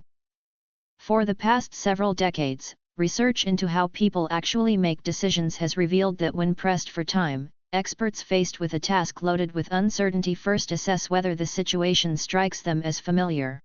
Rather than comparing the pros and cons of different approaches, they quickly imagine how one or a few possible courses of action in such situations will play out. Experts take the first workable option they can find. While it may not be the best of all possible choices, it often yields remarkably good results. The terms naturalistic and automatic decision-making have been coined to describe this type of decision-making. The ability to make automatic decisions holds true for a range of experts from firefighters to chess players. It appears the expert's ability hinges on the recognition of patterns and consistencies that clarify options in complex situations. Experts appear to make provisional sense of a situation, without actually reaching a decision, by launching experience-based actions that in turn trigger creative revisions. This is a reflexive type of decision-making anchored in training and experience and is most often used in times of emergencies when there is no time to practice analytical decision-making. Naturalistic or automatic decision-making improves with training and experience, and a pilot will find himself or herself using a combination of decision-making tools that correlate with individual experience and training. Operational pitfalls. Although more experienced pilots are likely to make more automatic decisions, there are tendencies or operational pitfalls that come with the development of pilot experience. These are classic behavioral traps into which pilots have been known to fall. More experienced pilots, as a rule, try to complete a flight as planned. The desire to meet these goals can have an adverse effect on safety and contribute to an unrealistic assessment of piloting skills. These dangerous tendencies or behavior patterns, which must be identified and eliminated, include the operational pitfalls shown in Figure 10-6. Figure 10-6. Typical operational pitfalls requiring pilot awareness. Stress management. Everyone is stressed to some degree almost all of the time. A certain amount of stress is good since it keeps a person alert and prevents complacency. Effects of stress are cumulative and, if the pilot does not cope with them in an appropriate way, they can eventually add up to an intolerable burden. Performance generally increases with the onset of stress, peaks, and then begins to fall off rapidly as stress levels exceed a person's ability to cope. The ability to make effective decisions during flight can be impaired by stress. There are two categories of stress: acute and chronic. These are both explained in Chapter 9, Physiological Factors, including drugs and alcohol, affecting pilot performance, of this study guide. There are several techniques to help manage the accumulation of life stresses and prevent stress overload. For example, to help reduce stress levels, set aside time for relaxation each day or maintain a program of physical fitness. To prevent stress overload, learn to manage time more effectively to avoid pressures imposed by getting behind schedule and not meeting deadlines. Use of resources. To make informed decisions during flight operations, a pilot must also become aware of the available resources. Since useful tools and sources of information may not always be readily apparent, learning to recognize these resources is an essential part of ADM training. Resources must not only be identified, but a pilot must also develop the skills to evaluate whether there is time to use a particular resource and the impact its use will have upon the safety of flight. Figure 10-7. System stressors. Environmental, physiological, and psychological stress are factors that affect decision-making skills. These stressors have a profound impact especially during periods of high workload. Situational awareness. Situational awareness is the accurate perception and understanding of all the factors and conditions within the 5 fundamental risk elements: flight, pilot, aircraft, environment, and type of operation that comprise any given aviation situation, that affects safety before, during, and after the flight. Maintaining situational awareness requires an understanding of the relative significance of all flight-related factors and their future impact on the flight. When a pilot understands what is going on and has an overview of the total operation, he or she is not fixated on one perceived significant factor. Not only is it important for a pilot to know the aircraft's geographical location, it is also important he or she understand what is happening. Obstacles to maintaining situational awareness. Fatigue, stress, and work overload can cause a pilot to fixate on a single perceived important item and reduce an overall situational awareness of the flight. A contributing factor in many accidents is a distraction that diverts the pilot's attention from monitoring the aircraft. Workload management.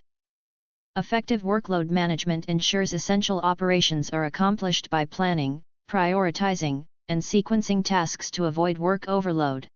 As experience is gained, a pilot learns to recognize future workload requirements and can prepare for high workload periods during times of low workload. In addition, a pilot should listen to ATIS, Automated Surface Observing System, ASOS, or Automated Weather Observing System, AWOS, if available, and then monitor the tower frequency or Common Traffic Advisory Frequency, CTAF, to get a good idea of what traffic conditions to expect. Recognizing a work overload situation is also an important component of managing workload. The first effect of high workload is that the pilot may be working harder but accomplishing less. As workload increases, attention cannot be devoted to several tasks at one time, and the pilot may begin to focus on one item. When a pilot becomes task-saturated, there is no awareness of input from various sources, so decisions may be made on incomplete information and the possibility of error increases. When a work overload situation exists, a pilot needs to stop, think, slow down, and prioritize. It is important to understand how to decrease workload. Chapter 11, Airport Operations. Introduction. The definition for airports refers to any area of land or water used or intended for landing or takeoff of aircraft. This includes, within the 5 categories of airports listed below, special types of facilities including seaplane bases, heliports, and facilities to accommodate tilt-rotor aircraft. An airport includes an area used or intended for airport buildings, facilities, as well as rights-of-way together with the buildings and facilities. Types of airports. There are two types of airports: towered and non-towered. These types can be further subdivided to civil airports, airports that are open to the general public; military/federal government airports, airports operated by the military, National Aeronautics and Space Administration, NASA, or other agencies of the federal government; private airports, airports designated for private or restricted use only, not open to the general public. Towered airport. A towered airport has an operating control tower. Air traffic control, ATC, is responsible for providing the safe, orderly, and expeditious flow of air traffic at airports where the type of operations and/or volume of traffic requires such a service. Non-towered airport. A non-towered airport does not have an operating control tower. Two-way radio communications are not required, although it is a good operating practice for pilots to monitor other aircraft on the specified frequency for the benefit of other traffic in the area.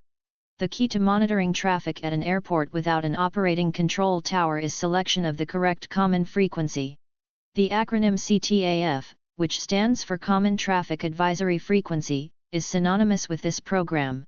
A CTAF is a frequency designated for the purpose of carrying out airport advisory practices while operating to or from an airport without an operating control tower. The CTAF may be a Universal Integrated Community, Unicom, Multicom, FSS, or tower frequency and is identified in appropriate aeronautical publications. Unicom is a non-government air/ground radio communication station that may provide airport information at public-use airports where there is no tower or FSS. Non-towered airport traffic patterns are always entered at pattern altitude.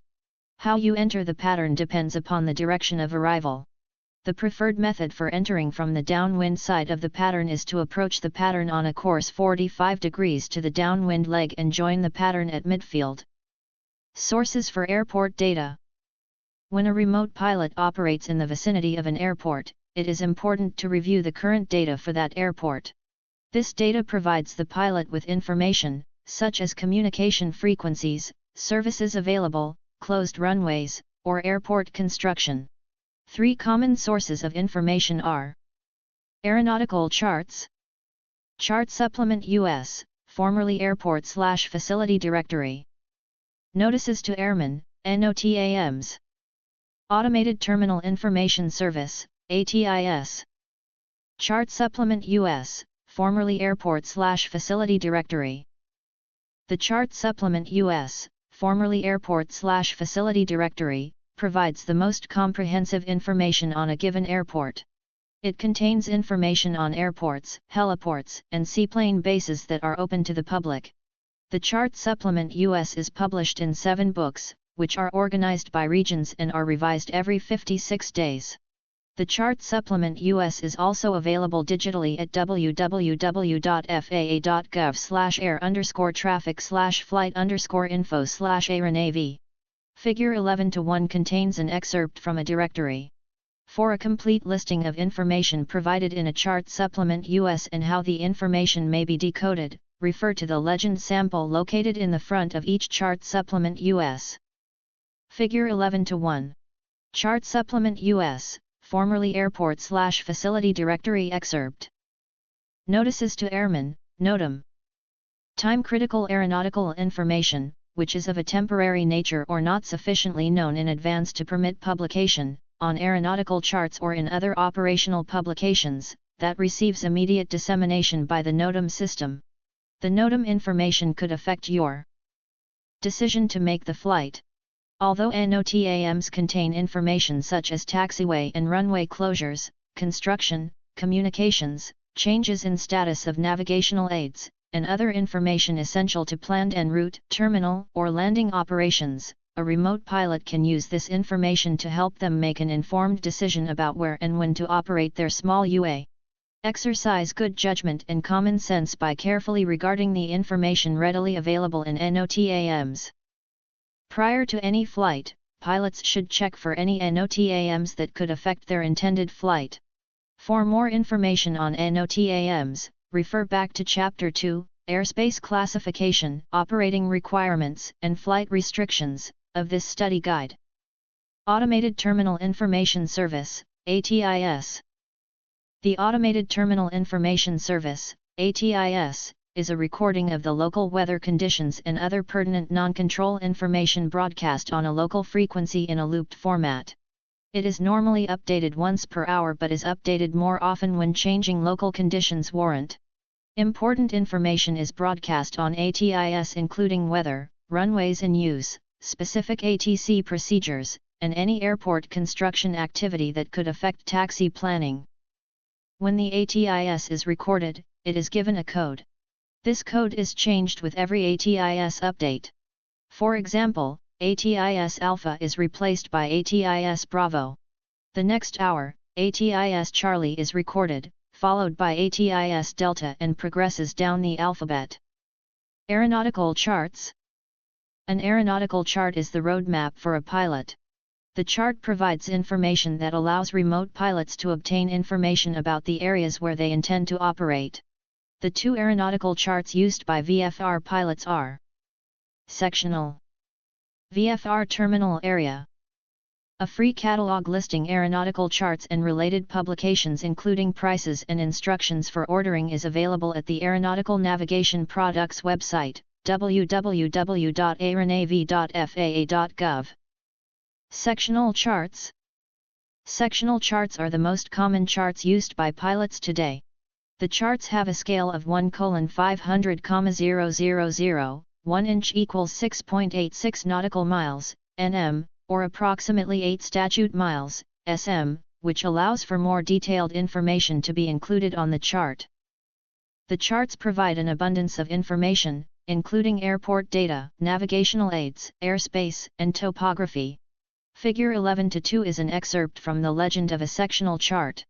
By referring to the chart legend, a pilot can interpret most of the information on the chart. A pilot should also check the chart for other legend information, which includes air traffic control, ATC, frequencies and information on airspace. These charts are revised semi-annually except for some areas outside the conterminous United States where they are revised annually. Figure 11-2. Sectional chart and legend. Latitude and longitude, meridians and parallels. The equator is an imaginary circle equidistant from the poles of the Earth.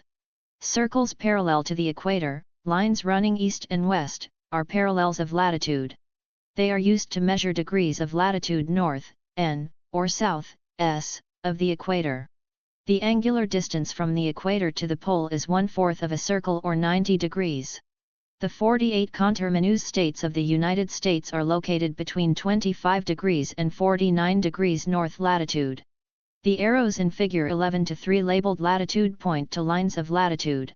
Meridians of longitude are drawn from the North Pole to the South Pole and are at right angles to the equator.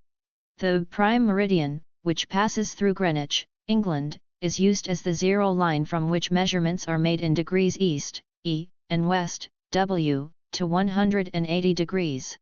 The 48 conterminous states of the United. Figure 11-3.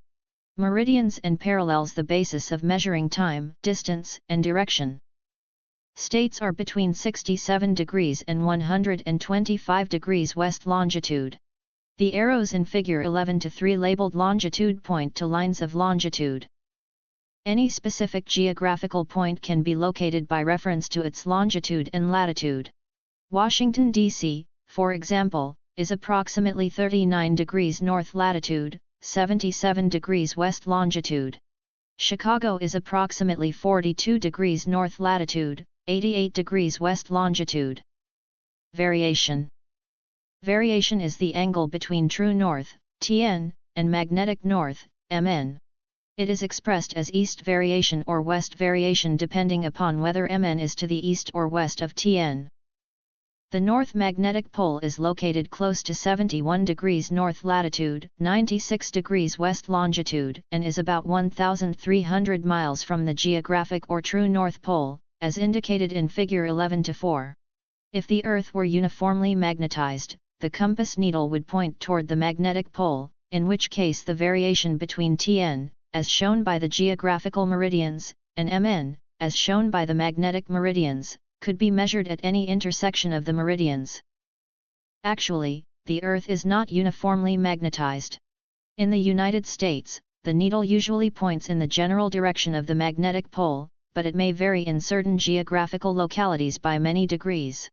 Consequently, the exact amount of variation at thousands of selected locations in the United States has been carefully determined.